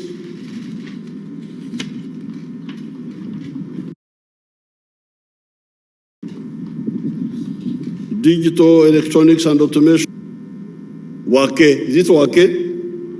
I thought I should come here and really boast. Say, you see, didn't I tell you? And because of these measures, you had in the speech of the minister saying that the GDP per capita is now 1,046. This is what I had told you here the other day. But he did not come out to clearly say that we have now entered the entrance of the middle income. I don't know what he feared.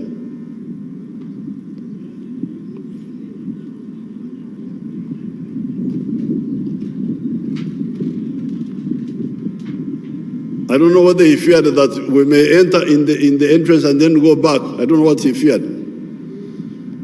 Go back out of the entrance. But I don't see how we shall go back from the entrance. Because the entry point is 1,000. Some say 36, some say 39. These people can tell you the exact figure. So these steps are a result of the deliberate, as the minister said in his speech, are a result of deliberate steps. Some of the deliberate steps we take, but others, we don't take them and waste a lot of time. If I had not insisted in 2006 to put this man on the roads, I don't know where Uganda would be, and electricity. I remember, for instance, the line from Konakilak to Patongo to Karongo and maybe Abim. The Swedish had promised us to do it. But last minute they said, no, we can't do it because there is war, there is what? That's when we said, no, we shall use our own money and do it. And we did not only take the line to Patongo and Kalongo and Abim, but we went even further to the Lamos and so on. So therefore, I really want to advise the political leaders to know that Poko Marom has positive consequences. Now, in my up-country tour,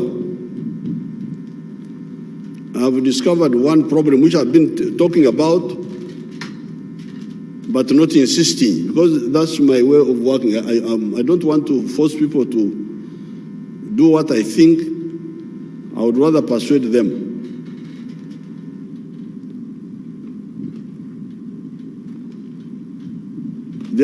Just the other day, we were in Moroto, and we were looking at the UBOS figures. The primary 7 completion rate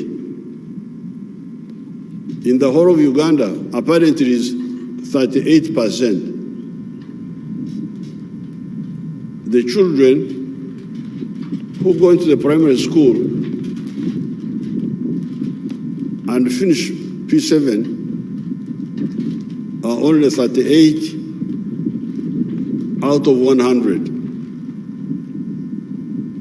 which means that 62 go back to the village. They don't finish P7.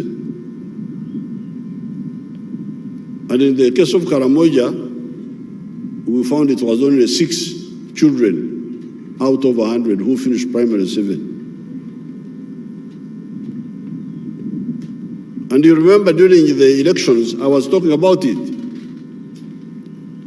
Because when we introduced UPE in 1997, the idea was everybody to go to school, universal education. Universal primary school education. And the reason why these children drop out is because of the school charges. I've been telling you about this so many times, begging, talking, as if I want people to come and work on my farm or do me a favor.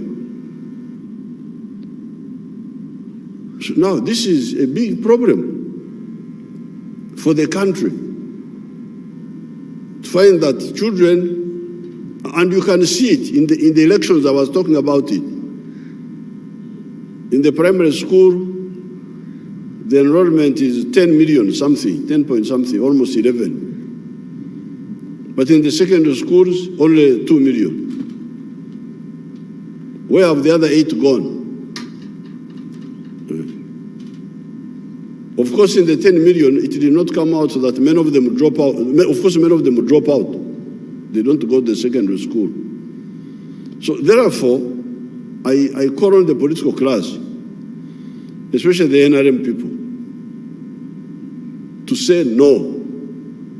We must budget for free and even compulsory primary school education. We budget for it and we stop these teachers greedy for money, collecting money from these children in government schools. This is what I wanted from the beginning, but I can't do it alone. Uganda doesn't belong to me. From 1997, this was my wish. When we introduced UPE, the idea was everybody should finish secondary education.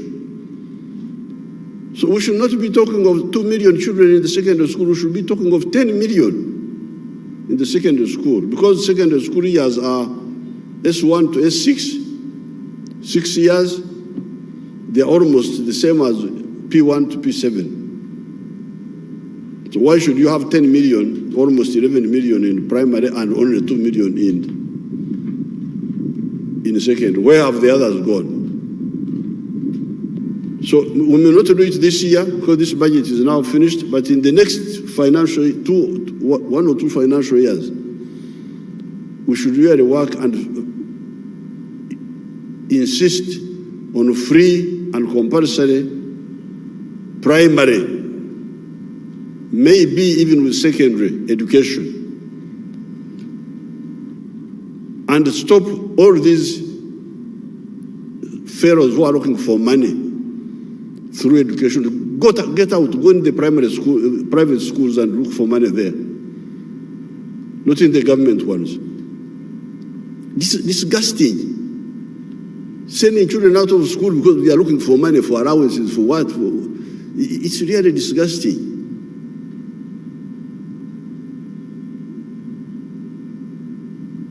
Now, the other big issue, because people talk of problems, but me, I really, many of them, I'm used to problems. And when I see what you call problems, I say, Bambi, these ones don't know what problems look like. I feel very sorry. But for me, the real problem for Uganda and Africa is lack of food. If there is no food, no mhogo. When I say food, I mean mhogo. I mean bananas. I mean akalo. If the akalo was not there, I don't know what I will do. I mean maize. Maize is important for kaunga, for animal feeds, for fish meals. Beans, of course, milk, amate munange. Beef, these are the ones that would do. I would not sleep if we had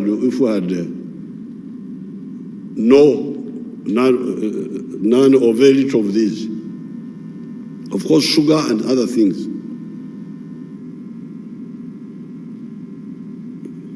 If spaghetti doesn't come, those who eat spaghetti, I don't know how they do it. You try to put it in their mouth, it is refusing coming.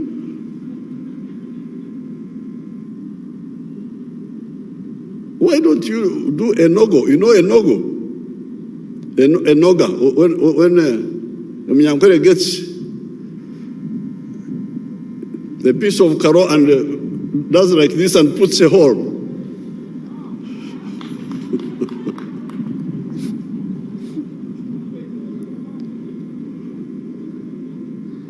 What do they call it in Luo? This one, Omono is a former Luo. He doesn't know anything. Somebody help me, please. I'm behaving unparliamentary. Very sorry, very sorry.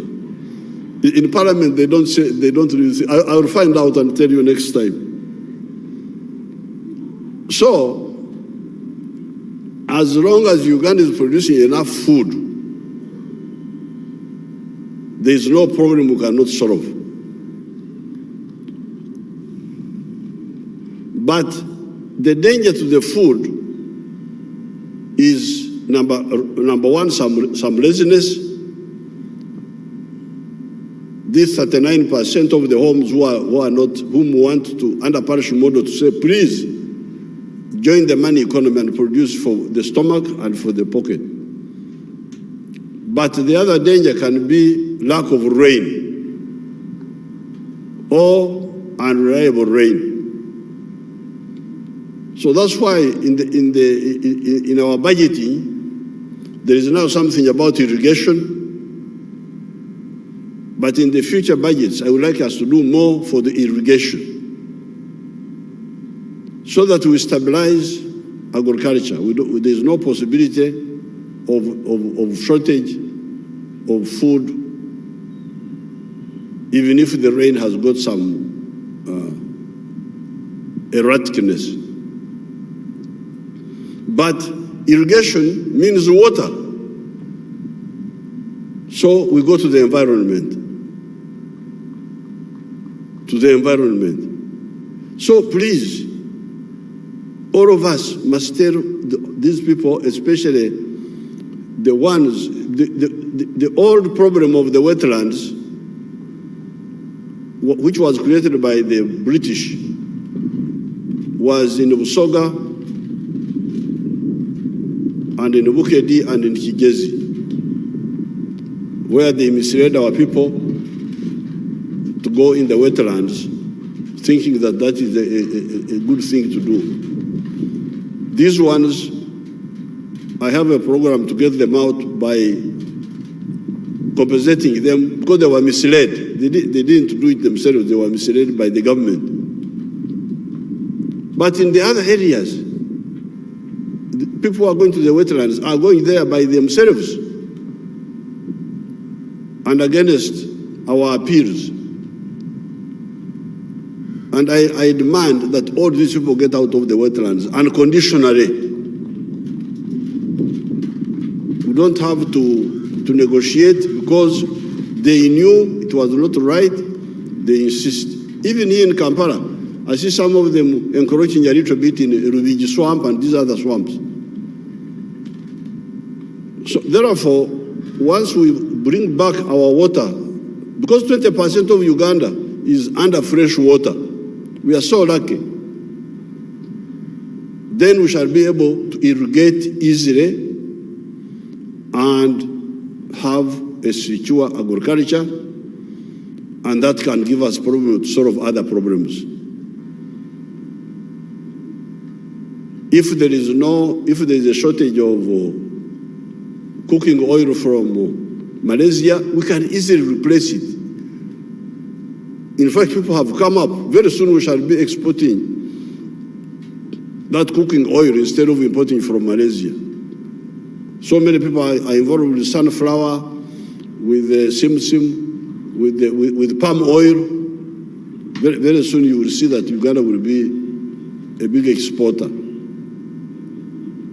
The only problem we may not easily solve is the problem of wheat, because we don't have, in Kapchora they try to grow wheat, but I don't think the land is enough.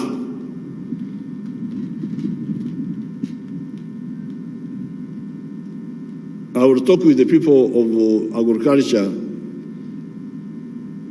whether wheat needs cold climate or what. That I have never really bothered with wheat myself. I've never studied it. Then on petroleum, in the next few years, we shall have our own petroleum, as you know. But of course, even when we have our own petroleum, the price, we cannot undersell our petroleum. It will have to be at par with the world price minus transport. So, yes, it somehow deals with it, but not entirely. With fuel, we may have to. I think the real answer to expensive petroleum is rail transport. If we repair our railway to Pakwach, like the minister is saying, and we transport many of the things on the railway, then the demand for fuel, for petrol will go down, and diesel, at least for cargo. And later on with Kasese, that is the real answer to the problem of high petroleum prices. So I congratulate the minister, but I'm glad you have not killed me when I have wake.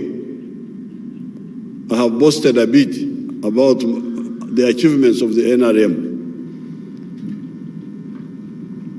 okwesimirana. See, didn't I tell you? Don't you see how much better off we are? Apoyo Rubanga.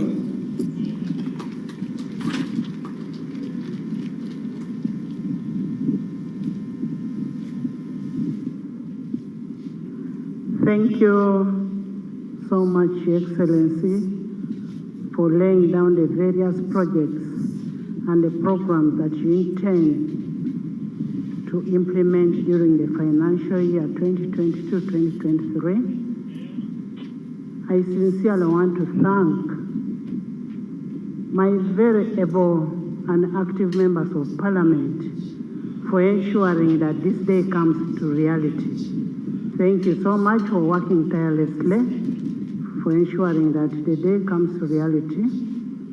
You've had, honorable members, as executive embarks on implementation of the budget from 1st July 2022, it is our noble duty to do our oversight role so as to ensure that the funds that have been allocated are being used for intended use and there is value for money.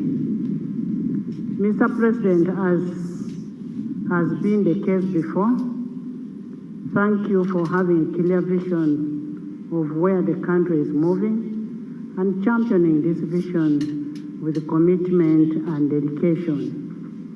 And we are also happy that you've talked about free education, and members of Parliament, our first priority in 2023-2024 should be budgeting for free education.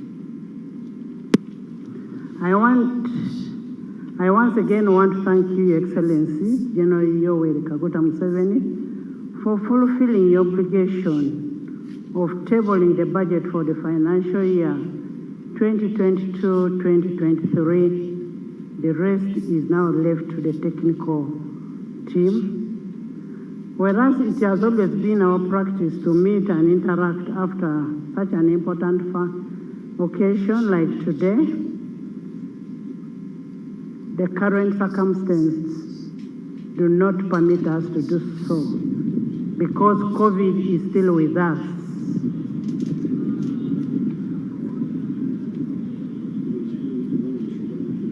COVID is still with us. We can interact when we are having the workshop. You'll have everything at your exposure.